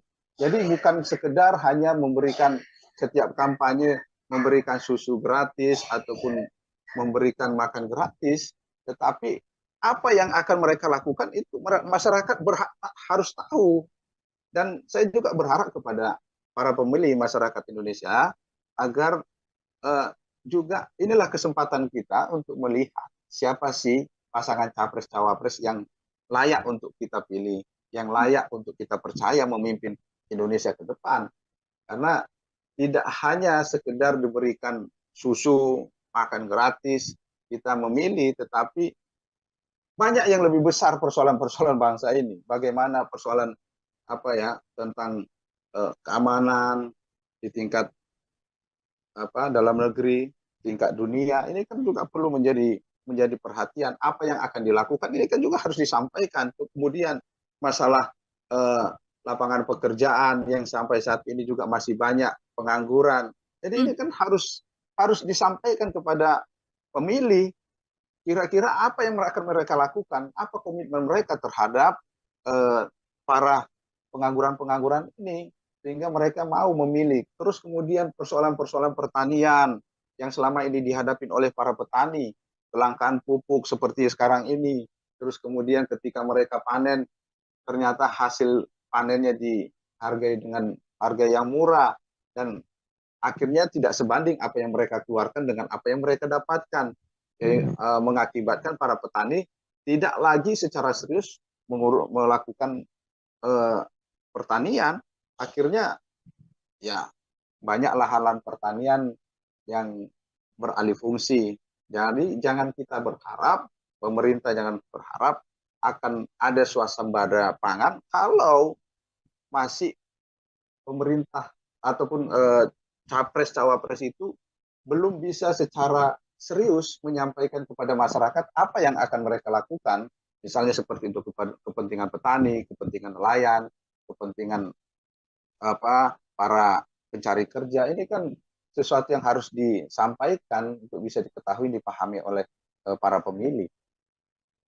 Oke, banyak hal-hal atau yang kemudian menjadi PR besar dari pasangan kandidat yang ada untuk bisa meyakinkan publik juga ya, Bang Fernando, agar nantinya bisa memilihnya dalam periode 5 tahun ke depan kepemimpinan Indonesia. Terakhir dari saya, Bang Fernando, ini kan banyak yang mengatakan nanti Pilpres ini akan berjalan dengan satu putaran karena kondisinya tadi sejumlah lembaga survei mengatakan angka dari Prabowo Gibran sudah di angka 50%. Kalau dari kacamata Bang Fernando melihat situasi yang saat ini terjadi, apakah juga Bang Fernando bisa mengatakan ini akan berjalan satu putaran atau pasti berjalan 2 putaran, Bang? Saya masih pesimis kalau ini terjadi satu putaran, karena bagaimana penyebaran dari para pendukung pasangan nomor urut 1, nomor urut 2, nomor urut 3. Misalnya kalau kita lihat ya, Jawa Barat yang selama ini memang menjadi basisnya Pak Prabowo, tapi kan akhirnya sekarang ini kan terbagi. Apalagi pasangan nomor urut 1 mengklaim, mentargetkan akan memperoleh suara 44% dari Jawa Barat. Ini kan akhirnya kalau kita lihat coba bagaimana target dari nomor urut 1 dengan nomor urut 2, ini kan akhirnya memperkecil peluang untuk bisa satu putaran. Kemudian bagaimana Jawa Tengah yang menjadi basisnya nomor urut 3, walaupun sekarang akhirnya terbagi ke nomor urut 2, tetapi tidak akan secara maksimal bisa diraih oleh pasangan nomor urut 2, misalnya sampai akan berjarak yang begitu dekat. Saya masih yakin seperti Jawa Tengah itu jarak antara capres-cawapres dengan antara nomor urut 3 dengan yang lainnya itu masih cukup jauh. Kemudian Bapak, untuk blundernya pernyataan dari pendukung partai, kader partai pendukungnya nomor urut 2, ini misalnya seperti Pak Ade Armando terkait dengan masalah Yogyakarta, ini kan juga berpengaruh juga terhadap perolehan suara pasangan nomor urut 2 di Yogyakarta. Walaupun tidak terlalu banyak, tetapi kan ini sangat mempengaruhi untuk kemungkinan bisa satu putaran, 2 putaran. Terus kemudian di Jawa Timur, ya kita coba melihat Jawa Timur ini kan memang terbagi hampir merata ketiga pasangan, karena misalnya seperti pasangan nomor urut 1 di sana ada Cak Imin kan gitu. Terus kemudian pasangan nomor urut 3 ada Pak Mahfud. Kemudian kalau kita berbicara dengan nomor urut 2, ya ini kan coba menggandeng tokoh-tokoh yang bisa berpengaruh di wilayah Jawa Timur. Jadi kalau kita lihat misalnya untuk 3 wilayah, 3 provinsi yang sekitar pemilihnya itu hampir 50%, ini hampir terbagi merata, ya sangat-sangat kecil kemungkinan untuk bisa meraih satu putaran. Kemudian kalau kita lihat di luar Pulau Jawa, ini kan juga hampir merata. Misalnya kalau kita lihat Aceh akan sangat terbagi antara pasangan nomor urut 1 dengan nomor urut 2. Terus kemudian Sumatera Utara ini hampir merata di 3 paslon. Di Sumatera Barat kemungkinan bisa juga menjadi basisnya 2 pasangan antara nomor 1 nomor 2. Jadi sangat saya itu masih meyakini ini tidak bisa satu putaran. Oke. 2 putaran. Oke, Bang Fernando termasuk yang meyakini kemudian Pilpres ini tidak berjalan satu putaran, tapi 2 putaran melihat dengan situasi dan juga hitung-hitungan yang tadi disampaikan. Seperti itu ya, Bang ya? Iya. Baik, karena Bang. ada sama-sama yang kuat kan, saling berebut. Misalnya kalau ada daerah yang tidak akhirnya misalnya pasangan nomor urut 2 blunder, ini akan mengalihkan dukungannya ke pasangan nomor urut 1 kan gitu. Jadi ini saling mengambil, tetapi tidak akan bisa membuat menjadi satu putaran. Oke, suara masih bisa berubah sebelum nantinya pemilihan yang akan terjadi di 14 Februari untuk apalagi kalau ada pernyataan atau sikap-sikap yang blunder, termasuk nanti masalah ketika debat capres dan cawapres, ini kan sangat memberikan pengaruh juga untuk terhadap para pemilih kita untuk memilih pasangan nomor berapa nantinya. Oke, bagaimana kemudian perubahan suara termasuk kondisi elektabilitas setelah debat capres-cawapres? Nanti kita akan bahas dalam bahasan terpisah, Bang Fernando. Kita akhiri diskusi kita hari ini. Terima kasih sekali untuk kebersamaannya dalam program Tribun News on Focus bersama dengan Direktur Rumah Politik Indonesia Fernando Mas Tribuners. Bang Fernando, sekali lagi terima kasih untuk Makasih Mbak kebersamaannya. Nila ya. Selamat beraktivitas kembali, Bang. Makasih. Selamat aktivitas. Ya, Tribuners, demikian diskusi saya dalam program Tribun News on Focus kali ini terkait apakah blunder Gibran ini bisa mempengaruhi suara dan juga elektabilitas dari pasangan nomor urut 2. Kita nantikan obrolan lainnya bersama dengan saya dalam program yang sama, Tribun News on Focus. Saya Nila Irda pamit undur diri. Terima kasih dan sampai jumpa. Download Tribun X sekarang. Menghadirkan lokal menjadi Indonesia. Kenapa sih pasangan nomor urut 2 ini tidak serius mengambil momen-momen kampanye ini untuk lebih memperkenalkan apa yang menjadi program-program mereka, apa yang menjadi visi misi mereka. Kalau saya lihat seperti Gibran ini kan menduplikasi bagaimana gaya Pak Jokowi ketika kampanye waktu itu. Jadi hanya ingin menonjolkan bagaimana beliau itu sebagai pemimpin yang dekat dengan rakyat.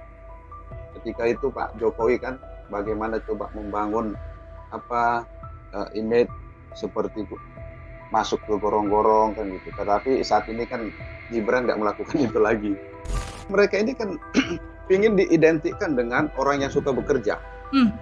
Jadi makanya kita tidak pergunakan, tidak mengambil cuti, tetapi lebih mementingkan bekerja sebagai Menteri Pertahanan ataupun wali kota. Program Tribun News on Focus, Tribuners, hari ini kembali menjumpai Anda bersama dengan saya Nila Irda. Belakangan ini seluruh capres dan juga calon wakil presiden sudah mulai melakukan kampanye politiknya, termasuk juga dengan pasangan nomor urut 1, nomor urut 2, dan juga pasangan nomor urut 3. Namun yang juga belakangan ini menjadi trending di sejumlah media sosial adalah calon wakil presiden nomor urut 2, yaitu Mas Gibran Raka Buming Raka yang terhitung sejak beberapa kali melakukan kampanye, namun justru blunder yang terjadi di setiap agenda kampanyenya ini terlihat begitu besar, Tribuners. Termasuk juga yang terakhir adalah kampanye yang dilakukan di Jakarta dan juga di Tangerang yang dilakukan bersama dengan sang istri, yang lokasinya diantaranya adalah di CFD Jakarta. Untuk membahas hal tersebut, apakah ada kemungkinan blunder-blunder dari sosok Gibran Raka Buming Raka ini akan merugikan kubu Prabowo Subianto yang elektabilitasnya saat ini sedang di atas angin? Kita membahasnya bersama dengan Direktur Rumah Politik Indonesia, ada Bang Fernando Sitorus, ada Bang Fernando Mas bersama dengan saya di sambungan Zoom. Bang Fernando, terima kasih sudah bergabung. Apa kabar, Abang? Makasih Mbak Nila. Baik, Mbak Nila sehat juga ya? Sehat, Bang Fernando. Terima kasih sekali untuk kesempatannya kembali berbincang kita, Bang, dalam Tribun News on Focus, yang mana hari ini secara concern kita akan membahas bagaimana Mas Gibran yang melakukan kampanye dan publik melihatnya banyak sekali blunder yang dilakukan. Sebelum itu, Bang Fernando, saya mau minta komentar dari Bang Fernando terlebih dahulu. Kalau kita melihat start dibuka kampanye di akhir November kemarin, ini kan pasangan Ganjar Mahfud cukup masif, pasangan Amin juga cukup masif, tapi di sisi lain pasangan nomor urut 2, Prabowo Subianto dan Mas Gibran, hari pertama belum melakukan kampanye, dan sampai sekarang kampanyenya juga tidak tampak masif, justru terlihat begitu santai, yang lainnya datang ke beberapa titik, namun pasangan nomor urut 2 ini tampak tidak ada plan begitu ya Bang ya di setiap kampanyenya dan dilakukan cukup tertutup. Ini Bang Fernando melihatnya seperti apa, Bang? Iya, kalau kita melihat dari pasangan capres-cawapres lainnya, nomor urut 1 dan 3 ini kan pada hari pertama kampanye, mereka kan ada ritualnya itu ya, kalau kita lihat. Bagaimana misalnya kalau kita lihat nomor urut 1, Pak Anies memulai kampanyenya di DKI Jakarta, di mana beliau situ meniti karirnya di bidang pemerintahan, ya, bidang kepala daerah sebagai gubernur DKI, dan beliau sepertinya ingin mengawali kesuksesan di tingkat nasional, juga mengawali dari tingkat DKI, karena pada saat Pilkada DKI beliau meraih kesuksesan. Begitu juga dengan pasangannya Pak Muhaimin, juga berkampanye di wilayah kelahiran beliau, di wilayah Jawa Timur. Jadi kalau kita lihat kan pasangan nomor urut 1 coba memulai dengan sesuatu ada nilai, ada makna dari mengambil titik-titik tempat kampanye mereka. Terus kemudian nomor urut 3 kan ada yang dari timur, ada kampanye di barat. Ya. Pak Ganjar di wilayah Papua, kemudian Pak Mahfud di wilayah Aceh. Jadi ini kan apanya ya, ujung ke ujung Indonesia. Jadi sangat jelas mereka memang ingin menggambarkan bahwa ketika mereka nanti dipercaya akan terjadi pemerataan dari timur sampai ke barat. Jadi akan diperhatikan seluruh Indonesia. Tetapi yang menjadi pertanyaan, kenapa pasangan Capres-Cawapres nomor urut 2 ini tidak ada melakukan kampanye di hari pertama. Walaupun kalau kita lihat ya, mereka coba ada sesuatu nilai yang saya lihat ketika mereka coba menunjukkan keseriusan bekerja dengan tidak mengambil cuti pada masa kampanye pertama, kedua, dan gitu. Jadi, tetapi dengan cara begitu mereka menjadi sorotan, menjadi pemberitaan juga, dan ini menjadi ajang kampanye melalui media akhirnya kan gitu. Walaupun tidak secara resmi mengambil kegiatan kampanye untuk kegiatan mereka. Jadi, tetapi menjadi pertanyaan pada publik juga, kenapa sih pasangan nomor urut 2 ini tidak serius mengambil momen-momen kampanye ini untuk lebih memperkenalkan apa yang menjadi program-program mereka, apa yang menjadi visi misi mereka. Karena kalau kita lihat pasangan nomor urut 1, pasangan nomor urut 3 begitu seriusnya menggunakan waktu kampanye yang ditetapkan oleh KPU untuk mendekati masyarakat, menyampaikan apa yang menjadi program-program mereka, apa yang menjadi gagasan mereka, apa yang akan mereka perbuat ketika dipercaya nantinya menjadi presiden dan wakil presiden. Jadi ini kan menjadi tanda tanya, apakah kira-kira pasangan nomor urut 2 ini memang serius tidak menggunakan masa-masa kampanye ini dengan melakukan kampanye langsung kepada masyarakat, atau memang ada kampanye terselubung dilakukan. Walaupun tim kampanye kan tetap berjalan melakukan kampanye-kampanye, kegiatan-kegiatan, memanfaatkan momentum kampanye. Tapi kan gini, masyarakat kan ingin lebih dekat lagi dengan siapa sih capres dan cawapresnya. Apakah jadi menjadi tanda tanya ini, apakah pasangan nomor 2 ini memang sudah yakin akan menang? Gitu. Jadi jangan sampai nanti begini, adanya ungkapan-ungkapan di masyarakat menjadi sesuatu yang benar dan dianggap benar, karena kan selama ini masyarakat ada pernyataan-pernyataan di masyarakat bahwa yang ditunggu itu bukan hasil pemilunya, tapi siapa yang ditetapkan sebagai pemenang pemilu. Ini kan menjadi sikap pesimis dari masyarakat kita terhadap hasil pilpres kita yang akan datang ini.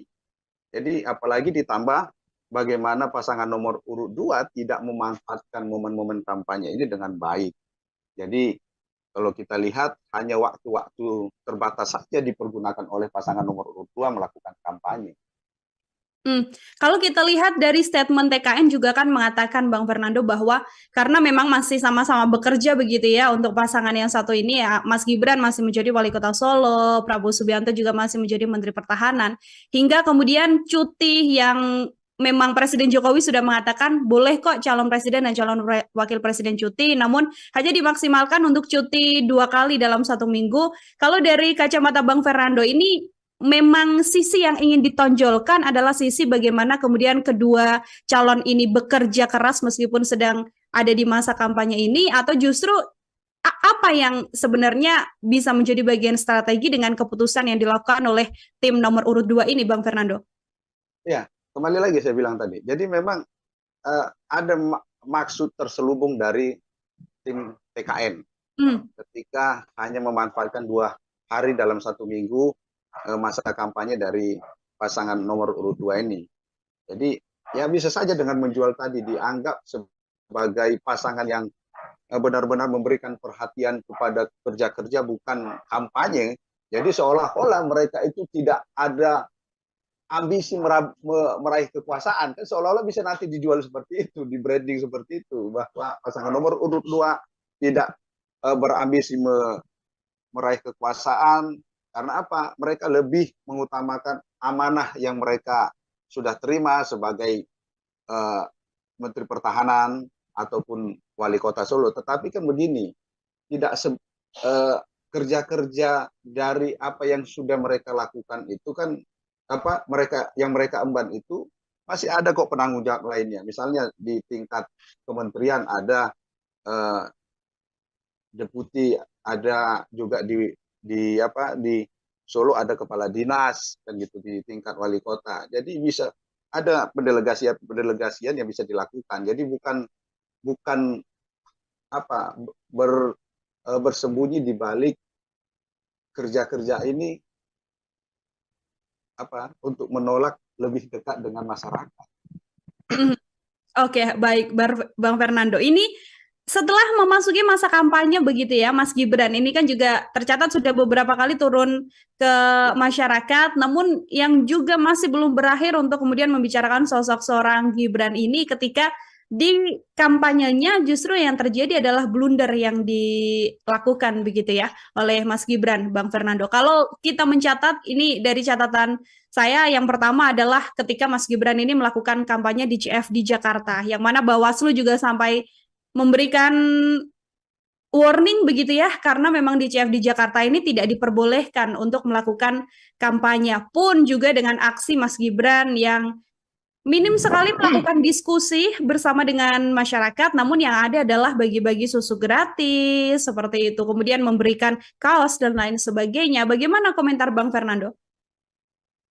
Ini kan ini kalau saya lihat seperti Gibran ini kan menduplikasi bagaimana gaya Pak Jokowi ketika kampanye waktu itu. Jadi hanya ingin menonjolkan bagaimana beliau itu sebagai pemimpin yang dekat dengan rakyat. Ketika itu Pak Jokowi kan bagaimana coba membangun image seperti masuk ke gorong-gorong kan gitu. Tetapi saat ini kan Gibran nggak melakukan itu lagi. Mungkin tetapi dengan cara-cara yang berbeda akan dilakukan oleh Gibran, tetapi ada beberapa yang akhirnya seperti Mbak Nila sampaikan tadi, ada yang blunder, termasuk pernyataan Gibran yang dianggap ini kan menjadi akhirnya sekarang menjadi ledekan, karena seperti masalah asam sulfat yang seharusnya asam folat kan gitu. Ya, betul sekali. Jadi ini kan lagi rame di perbincangan di media sosial dan menjadi ledekan-ledekan. Tetapi kan begini, kita harus lihat juga, jangan sampai ini juga bagian dari strategi mereka untuk bagaimana pasangan Pak Prabowo dan Gibran ini menjadi perbincangan di media sosial secara terus-menerus. Akhirnya kalau kita lihat, mereka kan trending tentang pernyataan Gibran tersebut, walaupun kesannya itu negatif, tetapi kan mereka akan bisa mengemas lagi bahwa itu hanyalah kesalahan mengucapkan kan gitu, dan ini dianggap sesuatu hal yang lumrah. Tetapi menjadi catatan, kan ada suatu ungkapan di masyarakat kita bahwa politisi itu tidak boleh salah, tetapi boleh bohong. Berbeda kalau misalnya seperti saya, akademisi, saya itu boleh salah, tetapi tidak boleh bohong. Jadi itu perbedaannya kan. Jadi ketika Gibran mengeluarkan kata-kata yang salah dan juga ada ungkapan-ungkapan yang tidak tepat, ini kan akhirnya diingat. Tetapi ya ini lagi, bagaimana masing-masing tim kampanye bisa memanfaatkan momen-momen itu menjadi nilai positif. Jadi sekarang kan kalau kita lihat, mungkin saja tim TKN itu membiarkan ini menjadi perbincangan di media sosial dan di masyarakat kita, tetapi secara perlahan mereka akan bisa menggiring ini menjadi sesuatu yang positif. Itu jadi ini bisa saja itu sengaja dilontarkan supaya menjadi perbincangan. Oke, sengaja dilontarkan untuk kemudian menjaga nama seorang Mas Gibran ini terus menjadi perbincangan di seluruh sosial media. Seperti itu juga bisa terjadi ya, Bang Fernando? Karena kan gini, Mbak Nila, masyarakat kita ini gampang melupakan sesuatu. Iya. Jadi sedangkan sesuatu yang salah aja, koruptor aja bisa dilupakan gitu. Apalagi ini hanya masalah salah ucap gitu. Yang penting dibicarakan dulu. Jadi tinggal bagaimana nanti tim kampanye nasional ini merubah menjadi sesuatu yang positif bagi kepentingan pasangan capres dan cawapres nomor urut 2 tersebut. Oke, baik. Masih terkait Mas Gibran juga, Bang Fernando, di beberapa agenda seperti di antara agenda diskusi publik atau debat publik begitu ya. Ada yang memang agendanya menghadirkan cawapres, namun Mas Gibran juga absen, tidak hadir. Bahkan di salah satu agenda diskusi bersama dengan Mas Gibran juga Mas Gibran sempat berstatement bahwa jangan terus minta saya yang memberikan solusi begitu, karena justru publik atau orang-orang yang hadir pada saat itu jauh lebih pintar daripada Mas Gibran. Terkait gaya yang kemudian dilakukan oleh Mas Gibran, yang publik seolah-olah bisa menganggap ini sepertinya sosok yang satu ini tampak tidak terlalu suka berdiskusi atau tidak terlalu suka berdebat begitu. Bang Fernando, seperti apa dari kacamata Anda, Bang? Ya, kan kembali. Jadi mereka ini kan ingin diidentikan dengan orang yang suka bekerja. Jadi makanya ketika ada masa-masa kampanye yang disiapkan oleh KPU, mereka tidak memanfaatkan dengan efektif efisien, tetapi ada banyak hari-hari yang mereka tidak pergunakan, tidak mengambil cuti, tetapi lebih mementingkan bekerja sebagai Menteri Pertahanan dan ataupun wali kota. Jadi pertama itu mereka ingin mengidentikan mereka adalah orang yang bekerja dan berkomitmen terhadap tanggung jawab yang diberikan. Sehingga ketika mereka ada kesempatan berdialog dengan masyarakat, ruang diskusi itu tidak dibuka dengan baik. Karena bisa saja juga ini salah satu menutupi ketidakmampuan dari mungkin saja Gibran tidak bisa menguasai forum akhirnya nanti yang bisa saja menjadi sesuatu yang tidak baik bagi pasangan nomor urut 2 tersebut. Jadi apalagi kan begini, di dalam suatu diskusi dengan Mbak Rosi kan misalnya, kan di situ Gibran coba membangun dialog yang tidak serius dengan Mbak Rosi misalnya, dengan coba memancing Mbak Rosi mempertanyakan siapa sih tim beliau kan gitu, konsultan beliau. Jadi kalau kita lihat memang cara berkomunikasi Gibran itu ya coba dibangun sesuatu yang tidak serius, karena ya seperti tadi bisa saya yakin ini kan bagian dari arahan konsultan pasangan nomor urut 2 tersebut. Jadi bagaimana Gibran melakukan komunikasi, bagaimana Pak Prabowo juga melakukan komunikasi. Akhirnya kan kalau kita lihat bagaimana coba ketika apa menjadi persoalannya, jadi jawabnya dengan goyang kan gitu, dengan joget. Jadi ini kan bukan sesuatu yang memberikan solusi sebenarnya. Karena bagaimanapun juga Indonesia ini banyak persoalan, banyak yang harus dituntaskan, banyak yang harus dilakukan oleh pemimpinnya. Tidak cukup dengan hanya berjoget, bergoyang, ataupun tidak cukup hanya berdiam. Tetapi bagaimana seorang pemimpin itu bisa menghadirkan gagasan, bukan hanya bergantung kepada orang-orang di sekitarnya, tetapi pemimpin itu juga harus memiliki visi misi yang jelas, harus memiliki program-program yang jelas. Sehingga apa? Mereka tahu melakukannya.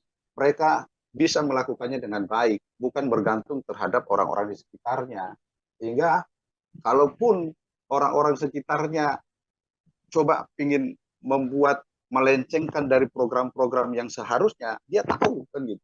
Karena bagaimanapun juga berdasar pengalaman banyak orang di sekitar yang bertujuannya untuk kepentingan pihak-pihak tertentu. Kalau seorang pemimpin, baik itu presiden atau wakil presiden, tidak kuat dalam hal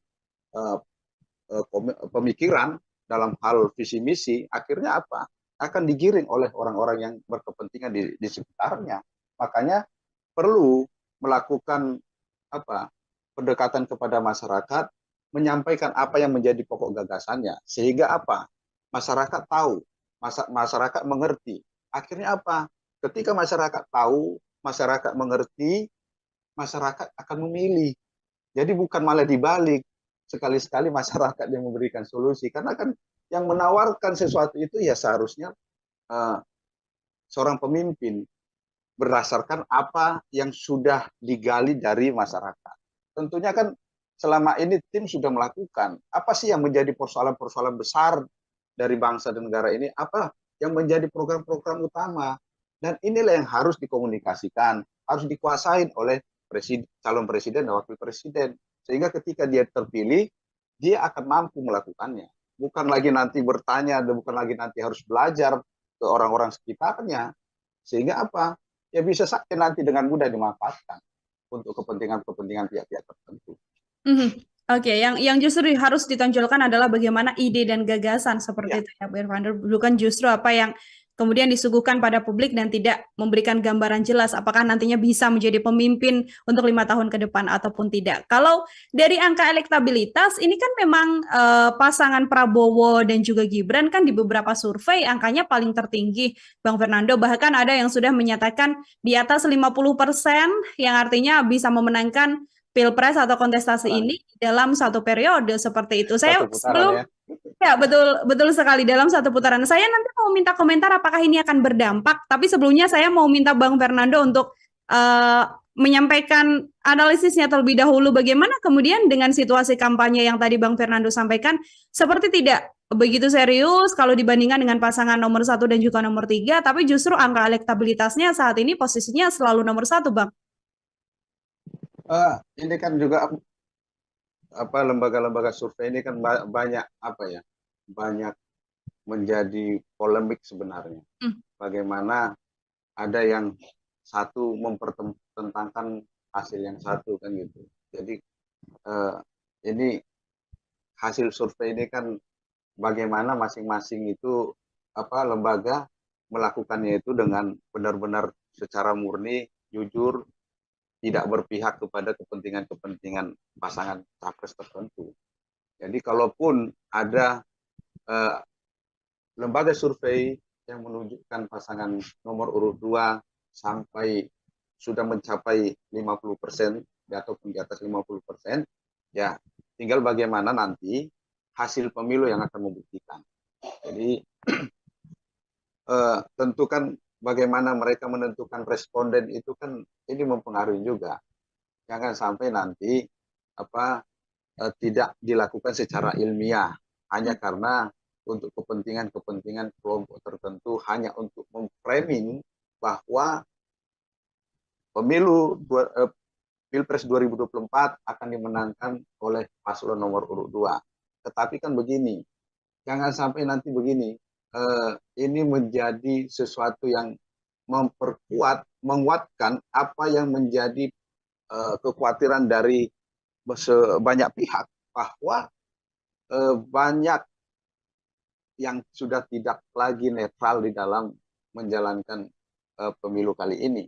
Karena seperti apa, misalnya ketika kemarin KPU yang mengeluarkan pernyataan tidak akan membuat debat capres, akhirnya ini kan dianggap bahwa KPU tidak lagi netral.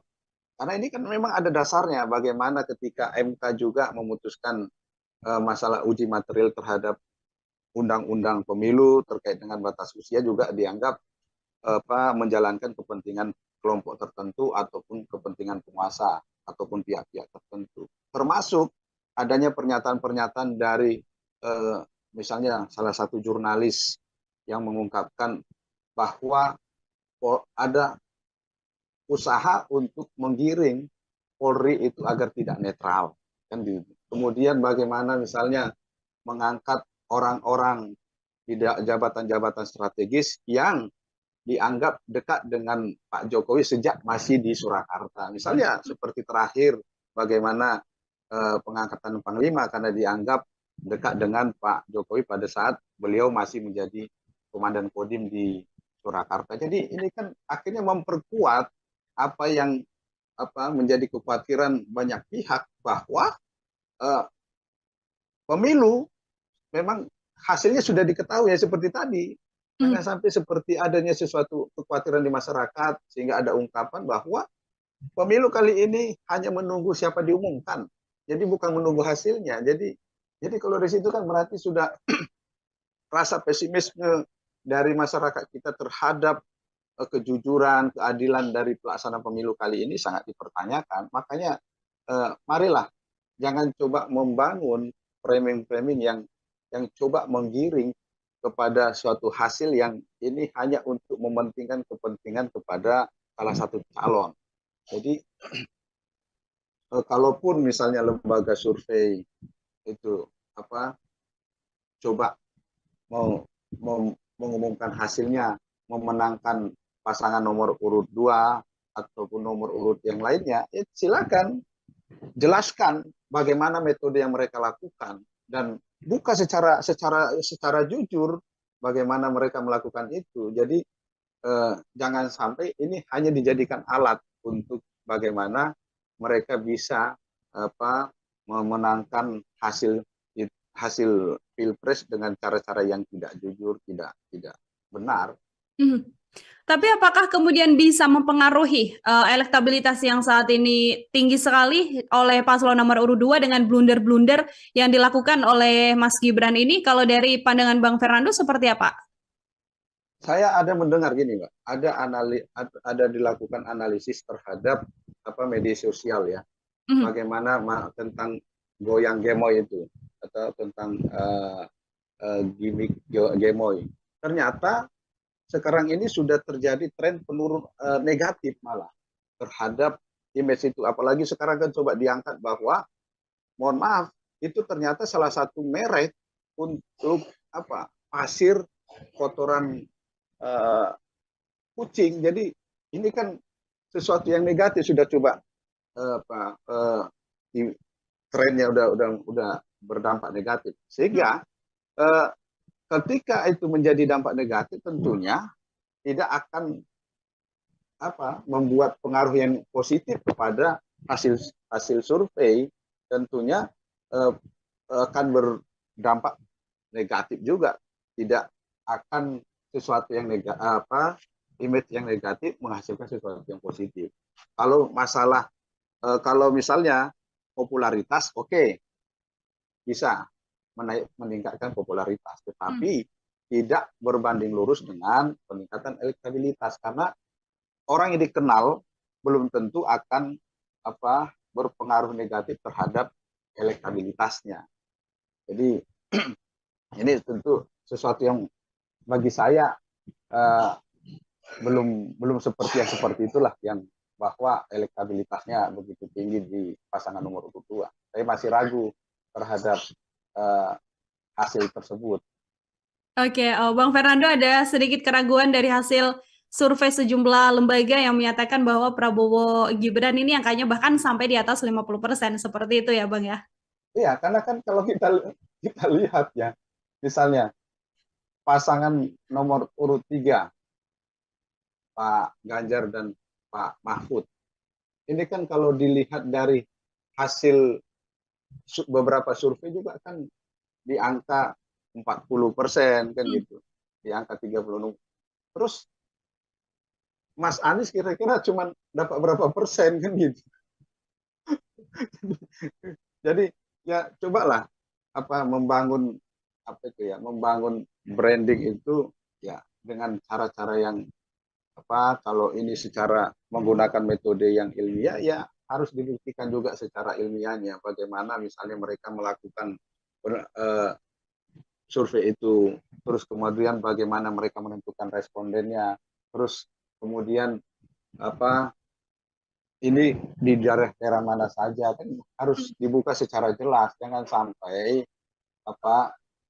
masyarakat kita itu semakin tidak percaya terhadap lembaga-lembaga survei, karena lembaga survei ini sebenarnya kan metode ilmiah, cara-cara sesuatu yang dilakukan dengan cara-cara yang ilmiah. Jangan sampai tercerai hanya karena untuk kepentingan sesaat lah, karena kita harus tetap mempertahankan bagaimana sesuatu yang ilmiah itu betul-betul bisa tetap bertahan ya untuk kepentingan ilmiah, bukan hanya sekedar lebih mengutamakan untuk mencari materi kan, tetapi harus juga mengedepankan bahwa ini memang untuk kepentingan eh, sesuatu yang menguji yang belum terbukti kan gitu dengan cara-cara yang ilmiah. Hmm. Oke, baik. Ini kan sudah kampanye ya, Bang Fernando. Banyak agenda-agenda dari pasangan calon nomor urut 1, nomor urut 2, dan juga nomor urut 3.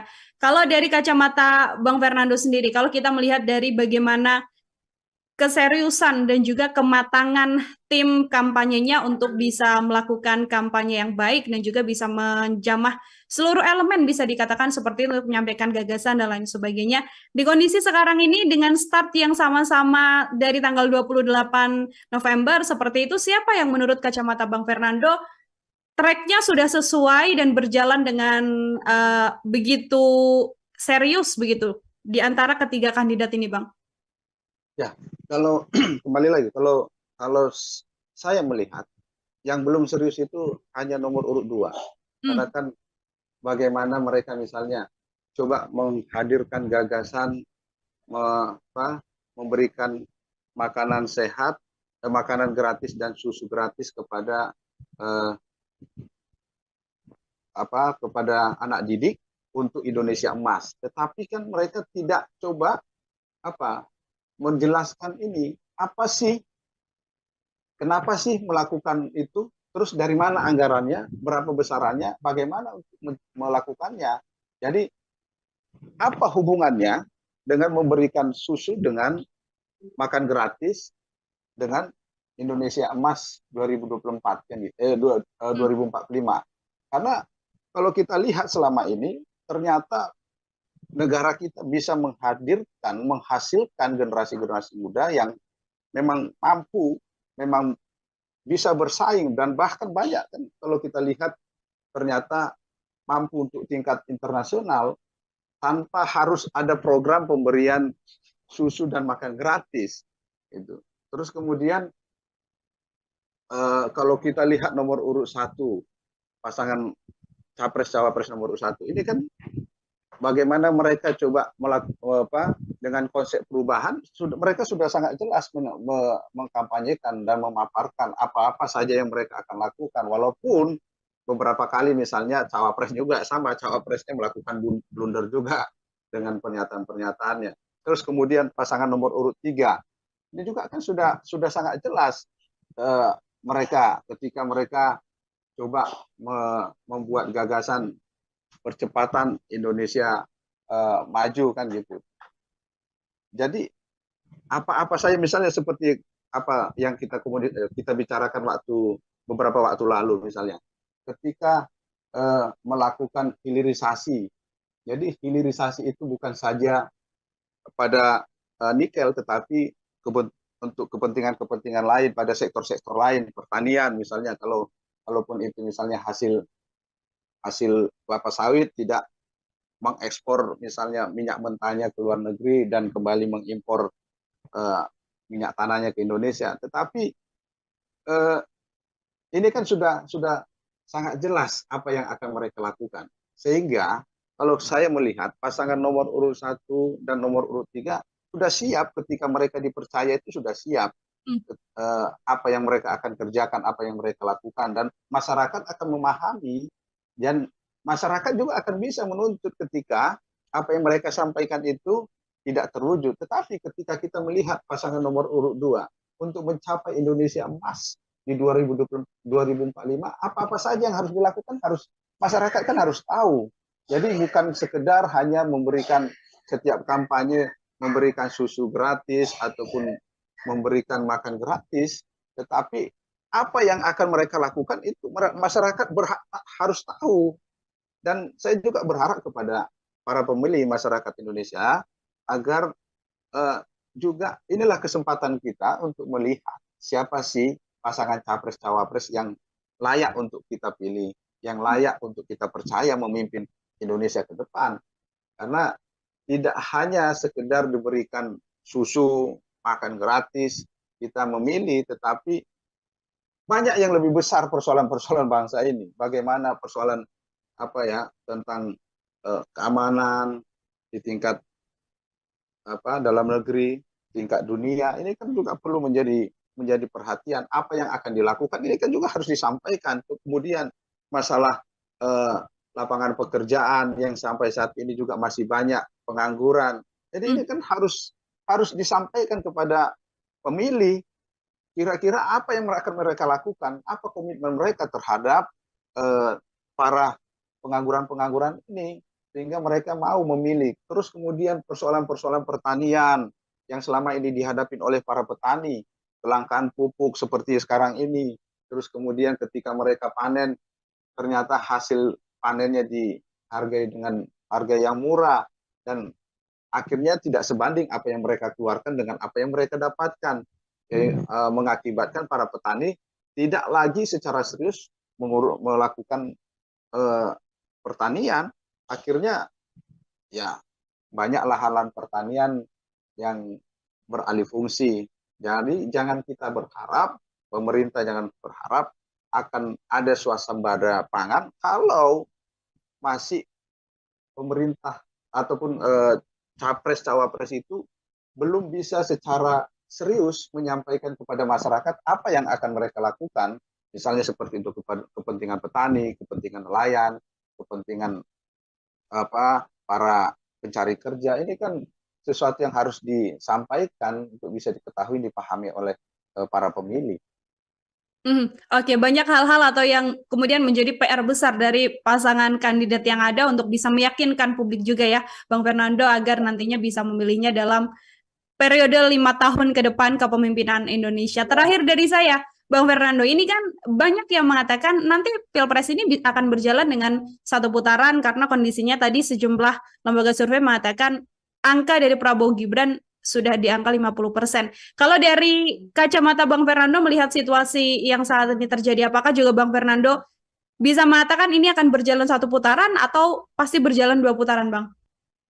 Saya masih pesimis kalau ini terjadi satu putaran, karena bagaimana penyebaran dari para pendukung pasangan nomor urut 1, nomor urut 2, nomor urut 3. Misalnya kalau kita lihat ya, Jawa Barat yang selama ini memang menjadi basisnya Pak Prabowo, tapi kan akhirnya sekarang ini kan terbagi. Apalagi pasangan nomor urut 1 mengklaim, mentargetkan akan memperoleh suara 44% dari Jawa Barat. Ini kan akhirnya kalau kita lihat coba bagaimana target dari nomor urut 1 dengan nomor urut 2, ini kan akhirnya memperkecil peluang untuk bisa satu putaran. Kemudian bagaimana Jawa Tengah yang menjadi basisnya nomor urut 3, walaupun sekarang akhirnya terbagi ke nomor urut 2, tetapi tidak akan secara maksimal bisa diraih oleh pasangan nomor urut 2, misalnya sampai akan berjarak yang begitu dekat. Saya masih yakin seperti Jawa Tengah itu jarak antara capres cawapres dengan antara nomor urut 3 dengan yang lainnya itu masih cukup jauh. Kemudian Bapak, untuk blundernya pernyataan dari pendukung partai, kader partai pendukungnya nomor urut 2, ini misalnya seperti Pak Ade Armando terkait dengan masalah Yogyakarta, ini kan juga berpengaruh juga terhadap perolehan suara pasangan nomor urut 2 di Yogyakarta. Walaupun tidak terlalu banyak, tetapi kan ini sangat mempengaruhi untuk kemungkinan bisa satu putaran, 2 putaran. Terus kemudian di Jawa Timur, yang kita coba melihat Jawa Timur ini kan memang terbagi hampir merata ketiga pasangan, karena misalnya seperti pasangan nomor urut 1 di sana ada Caimin kan gitu. Terus kemudian pasangan nomor urut 3 ada Pak Mahfud. Kemudian kalau kita berbicara dengan nomor urut 2, ya ini kan coba menggandeng tokoh-tokoh yang bisa berpengaruh di wilayah Jawa Timur. Jadi kalau kita lihat misalnya untuk 3 wilayah, 3 provinsi yang sekitar pemilihnya itu hampir 50%, ini hampir terbagi merata, ya sangat-sangat kecil kemungkinan untuk bisa meraih satu putaran. Kemudian kalau kita lihat di luar Pulau Jawa, ini kan juga hampir merata. Misalnya kalau kita lihat Aceh akan sangat terbagi antara pasangan nomor urut 1 dengan nomor urut 2. terus kemudian Sumatera Utara ini hampir merata di 3 paslon. Di Sumatera Barat kemungkinan bisa juga menjadi basisnya 2 pasangan antara nomor 1 nomor 2. Jadi sangat saya itu masih meyakini ini tidak bisa 1 putaran. Oke. 2 putaran. Oke, Bang Fernando termasuk yang meyakini kemudian Pilpres ini tidak berjalan 1 putaran, tapi 2 putaran melihat dengan situasi dan juga hitung-hitungan yang tadi disampaikan. Seperti itu ya, Bang ya? Iya. Baik, Karena Bang. ada sama-sama yang kuat kan, saling berebut. Misalnya kalau ada daerah yang tidak akhirnya misalnya pasangan nomor urut 2 blunder, ini akan mengalihkan dukungannya ke pasangan nomor urut 1 kan gitu. Jadi ini saling bisa saling mengambil, tetapi tidak akan bisa membuat menjadi 1 putaran. Oke, suara masih bisa berubah sebelum nantinya pemilihan yang akan terjadi di 14 Februari untuk apalagi kalau ada pernyataan atau sikap-sikap yang blunder, termasuk nanti masalah ketika debat capres dan cawapres, ini kan sangat memberikan pengaruh juga untuk terhadap para pemilih kita untuk memilih pasangan nomor berapa nantinya. Oke, bagaimana kemudian perubahan suara termasuk kondisi elektabilitas setelah debat capres-cawapres? Nanti kita akan bahas dalam bahasan terpisah, Bang Fernando. Kita akhiri diskusi kita hari ini. Terima kasih sekali untuk kebersamaannya dalam program Tribun News on Focus bersama dengan Direktur Rumah Politik Indonesia Fernando Mas Tribuners. Bang Fernando, sekali lagi terima kasih untuk kebersamaannya. Selamat beraktivitas kembali, Bang. Terima kasih. Selamat aktivitas. Ya, Tribuners, demikian diskusi saya dalam program Tribun News on Focus kali ini terkait apakah blunder Gibran ini bisa mempengaruhi suara dan juga elektabilitas dari pasangan nomor urut 2. Kita nantikan obrolan lainnya bersama dengan saya dalam program yang sama, Tribun News on Focus. Saya Nila Irda pamit undur diri. Terima kasih dan sampai jumpa. Download Tribun X sekarang. Menghadirkan lokal menjadi Indonesia. Kenapa sih pasangan nomor urut 2 ini tidak serius mengambil momen-momen kampanye ini untuk lebih memperkenalkan apa yang menjadi program-program mereka, apa yang menjadi visi misi mereka. Kalau saya lihat seperti Gibran ini kan menduplikasi bagaimana gaya Pak Jokowi ketika kampanye waktu itu. Jadi hanya ingin menonjolkan bagaimana beliau itu sebagai pemimpin yang dekat dengan rakyat. Ketika itu Pak Jokowi kan bagaimana coba membangun image seperti masuk ke gorong-gorong kan gitu. Tetapi saat ini kan Gibran nggak melakukan itu lagi. Mereka ini kan ingin diidentikan dengan orang yang suka bekerja. Jadi makanya ketika ada masa-masa kampanye yang disiapkan oleh KPU, mereka tidak memanfaatkan dengan efisien, tetapi ada banyak hari-hari yang mereka tidak pergunakan, tidak mengambil cuti, tetapi lebih mementingkan bekerja sebagai Menteri Pertahanan ataupun wali kota. Program Tribun News on Focus, Tribuners, hari ini kembali menjumpai Anda bersama dengan saya Nila Irda. Belakangan ini seluruh capres dan juga calon wakil presiden sudah mulai melakukan kampanye politiknya, termasuk juga dengan pasangan nomor urut 1, nomor urut 2, dan juga pasangan nomor urut 3.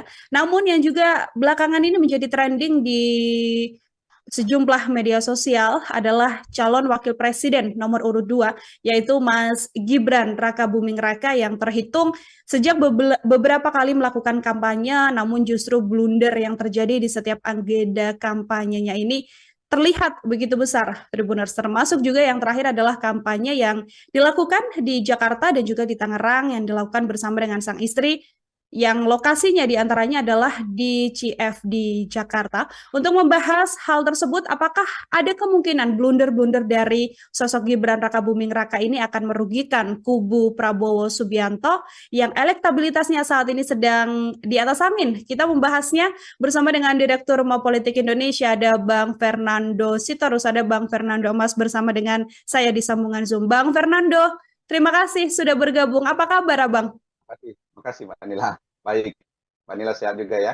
Sehat, Bang Fernando. Terima kasih sekali untuk kesempatannya kembali berbincang kita, Bang, dalam Tribun News on Focus, yang mana hari ini secara concern kita akan membahas bagaimana Mas Gibran yang melakukan kampanye dan publik melihatnya banyak sekali blunder yang dilakukan. Sebelum itu Bang Fernando, saya mau minta komentar dari Bang Fernando terlebih dahulu. Kalau kita melihat start dibuka kampanye di akhir November kemarin, ini kan pasangan Ganjar Mahfud cukup masif, pasangan Amin juga cukup masif, tapi di sisi lain pasangan nomor urut 2 Prabowo Subianto dan Mas Gibran hari pertama belum melakukan kampanye dan sampai sekarang kampanyenya juga tidak tampak masif, justru terlihat begitu santai. Yang lainnya datang ke beberapa titik, namun pasangan nomor urut 2 ini tampak tidak ada plan begitu ya Bang ya di setiap kampanyenya dan dilakukan cukup tertutup. Ini Bang Fernando melihatnya seperti apa Bang? Iya, kalau kita melihat dari pasangan capres cawapres lainnya nomor urut 1 dan 3 ini kan pada eh, hari pertama kampanye mereka kan ada ritualnya itu ya kalau kita lihat.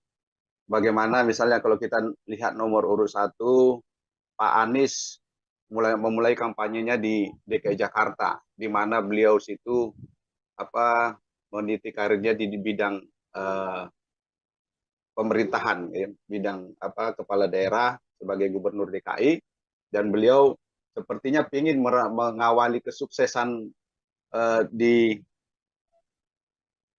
tingkat nasional, juga mengawali dari tingkat DKI karena pada saat pilkada DKI beliau meraih kesuksesan. Begitu juga dengan pasangannya Pak Muhaimin juga berkampanye di wilayah kelahiran beliau di wilayah Jawa Timur. Jadi kalau kita lihat kan pasangan nomor urut 1 coba memulai dengan sesuatu ada nilai, ada makna dari mengambil titik-titik tempat kampanye mereka. Terus kemudian nomor urut 3 kan ada yang dari timur, ada kampanye di barat. Ya. Pak Ganjar di wilayah Papua, kemudian Pak Mahfud di wilayah Aceh. Jadi ini kan ujung ke ujung Indonesia. Jadi sangat jelas mereka memang ingin menggambarkan bahwa ketika mereka nanti dipercaya akan terjadi pemerataan dari timur sampai ke barat. Jadi akan diperhatikan seluruh Indonesia. Tetapi yang menjadi pertanyaan, kenapa pasangan capres cawapres nomor urut 2 ini tidak ada melakukan kampanye di hari pertama. Walaupun kalau kita lihat ya, mereka coba ada sesuatu nilai yang saya lihat ketika mereka coba menunjukkan keseriusan bekerja dengan tidak mengambil cuti pada masa kampanye pertama, kedua, dan gitu. Jadi, tetapi dengan cara begitu mereka menjadi sorotan, menjadi pemberitaan juga, dan ini menjadi ajang kampanye melalui media akhirnya kan gitu. Walaupun tidak secara resmi mengambil kegiatan kampanye untuk kegiatan mereka. Jadi, tetapi menjadi pertanyaan pada publik juga, kenapa sih pasangan nomor urut 2 ini tidak serius mengambil momen-momen kampanye ini untuk lebih memperkenalkan apa yang menjadi program-program mereka, apa yang menjadi visi misi mereka. Karena kalau kita lihat pasangan nomor urut 1, pasangan nomor urut 3 begitu seriusnya menggunakan waktu kampanye yang ditetapkan oleh KPU untuk mendekati masyarakat, menyampaikan apa yang menjadi program-program mereka, apa yang menjadi gagasan mereka, apa yang akan mereka perbuat ketika dipercaya nantinya menjadi presiden dan wakil presiden. Jadi ini kan menjadi tanda tanya, apakah kira-kira pasangan nomor urut 2 ini memang serius tidak menggunakan masa-masa kampanye ini dengan melakukan kampanye langsung kepada masyarakat, atau memang ada kampanye terselubung dilakukan. Walaupun tim kampanye kan tetap berjalan melakukan kampanye-kampanye, kegiatan-kegiatan, memanfaatkan momentum kampanye. Tapi kan gini, masyarakat kan ingin lebih dekat lagi dengan siapa sih capres dan cawapresnya. Apakah jadi menjadi tanda tanya ini, apakah pasangan nomor 2 ini memang sudah yakin akan menang? Gitu. Jadi jangan sampai nanti begini, adanya ungkapan-ungkapan di masyarakat menjadi sesuatu yang benar dan dianggap benar, karena kan selama ini masyarakat ada pernyataan-pernyataan di masyarakat bahwa yang ditunggu itu bukan hasil pemilunya, tapi siapa yang ditetapkan sebagai sebagai pemenang pemilu. Ini kan menjadi sikap pesimis dari masyarakat kita terhadap hasil pilpres kita yang akan datang ini. Jadi apalagi ditambah bagaimana pasangan nomor urut 2 tidak memanfaatkan momen-momen kampanye ini dengan baik. Jadi kalau kita lihat hanya waktu-waktu terbatas saja dipergunakan oleh pasangan nomor urut 2 melakukan kampanye. Kalau kita lihat dari statement TKN juga kan mengatakan Bang Fernando bahwa karena memang masih sama-sama bekerja begitu ya untuk pasangan yang satu ini ya, Mas Gibran masih menjadi wali kota Solo, Prabowo Subianto juga masih menjadi Menteri Pertahanan, hingga kemudian cuti yang memang Presiden Jokowi sudah mengatakan boleh kok calon presiden dan calon wakil presiden cuti, namun hanya dimaksimalkan untuk cuti 2 kali dalam 1 minggu. Kalau dari kacamata Bang Fernando ini memang sisi yang ingin ditonjolkan adalah sisi bagaimana kemudian kedua calon ini bekerja keras meskipun sedang ada di masa kampanye ini, atau justru apa yang sebenarnya bisa menjadi bagian strategi dengan keputusan yang dilakukan oleh tim nomor urut 2 ini, Bang Fernando? Ya, kembali lagi saya bilang tadi. Jadi memang ada maksud terselubung dari tim TKN ketika hanya memanfaatkan 2 hari dalam 1 minggu masa kampanye dari pasangan nomor urut 2 ini. Jadi ya bisa saja dengan menjual tadi dianggap sebagai pasangan yang benar-benar memberikan perhatian kepada kerja-kerja bukan kampanye.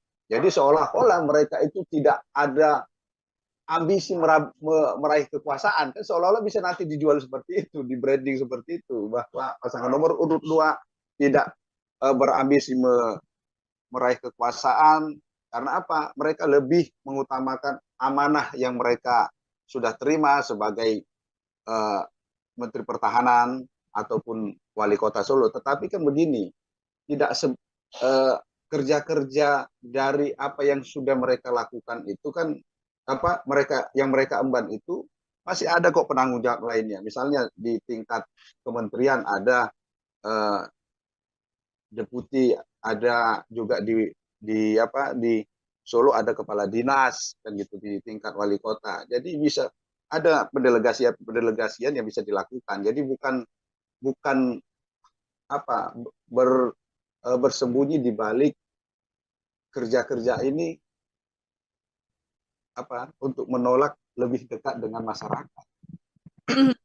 Oke, baik Bang Fernando. Ini setelah memasuki masa kampanye begitu ya, Mas Gibran, ini kan juga tercatat sudah beberapa kali turun ke masyarakat, namun yang juga masih belum berakhir untuk kemudian membicarakan sosok seorang Gibran ini ketika di kampanyenya justru yang terjadi adalah blunder yang dilakukan begitu ya oleh Mas Gibran, Bang Fernando. Kalau kita mencatat ini dari catatan saya, yang pertama adalah ketika Mas Gibran ini melakukan kampanye di CFD Jakarta, yang mana Bawaslu juga sampai memberikan warning begitu ya, karena memang di CFD Jakarta ini tidak diperbolehkan untuk melakukan kampanye, pun juga dengan aksi Mas Gibran yang minim sekali melakukan diskusi bersama dengan masyarakat, namun yang ada adalah bagi-bagi susu gratis, seperti itu, kemudian memberikan kaos dan lain sebagainya. Bagaimana komentar Bang Fernando?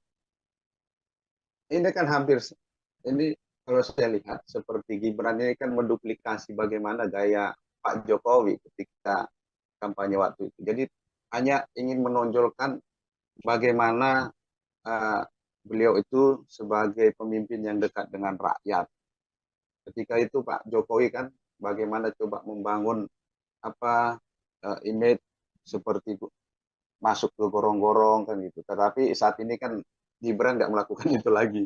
Mungkin tetapi dengan cara-cara yang berbeda akan dilakukan oleh Gibran, tetapi ada beberapa yang akhirnya seperti Mbak Nila sampaikan tadi, ada yang blunder, termasuk pernyataan Gibran yang dianggap ini kan menjadi akhirnya sekarang menjadi ledekan, karena seperti masalah asam sulfat yang seharusnya asam folat kan gitu. Ya, betul sekali. Jadi ini kan lagi rame di perbincangan di media sosial dan menjadi ledekan-ledekan. Tetapi kan begini, kita harus lihat juga jangan sampai ini juga bagian dari strategi mereka untuk bagaimana pasangan Pak Prabowo dan Gibran ini menjadi perbincangan di media sosial secara terus-menerus. Akhirnya kalau kita lihat mereka kan trending Hmm.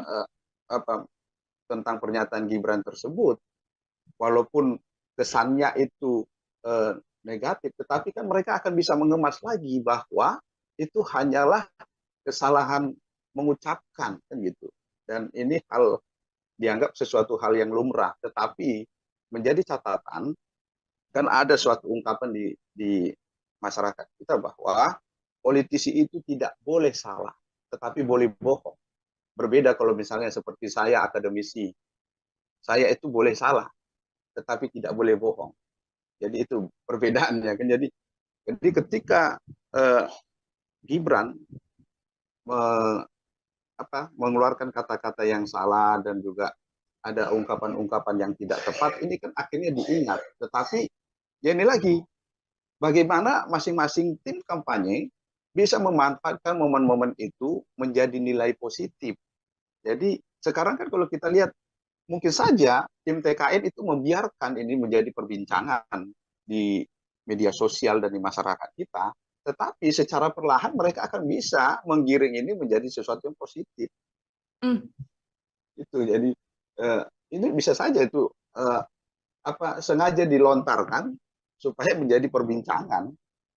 Oke, sengaja dilontarkan untuk kemudian menjaga nama seorang Mas Gibran ini terus menjadi perbincangan di seluruh sosial media. Seperti itu juga bisa terjadi ya, Bang Karena Fernando? kan gini, Mbak Nila, masyarakat kita ini gampang melupakan sesuatu. Ya. Jadi sedangkan sesuatu yang salah aja, koruptor aja bisa dilupakan gitu.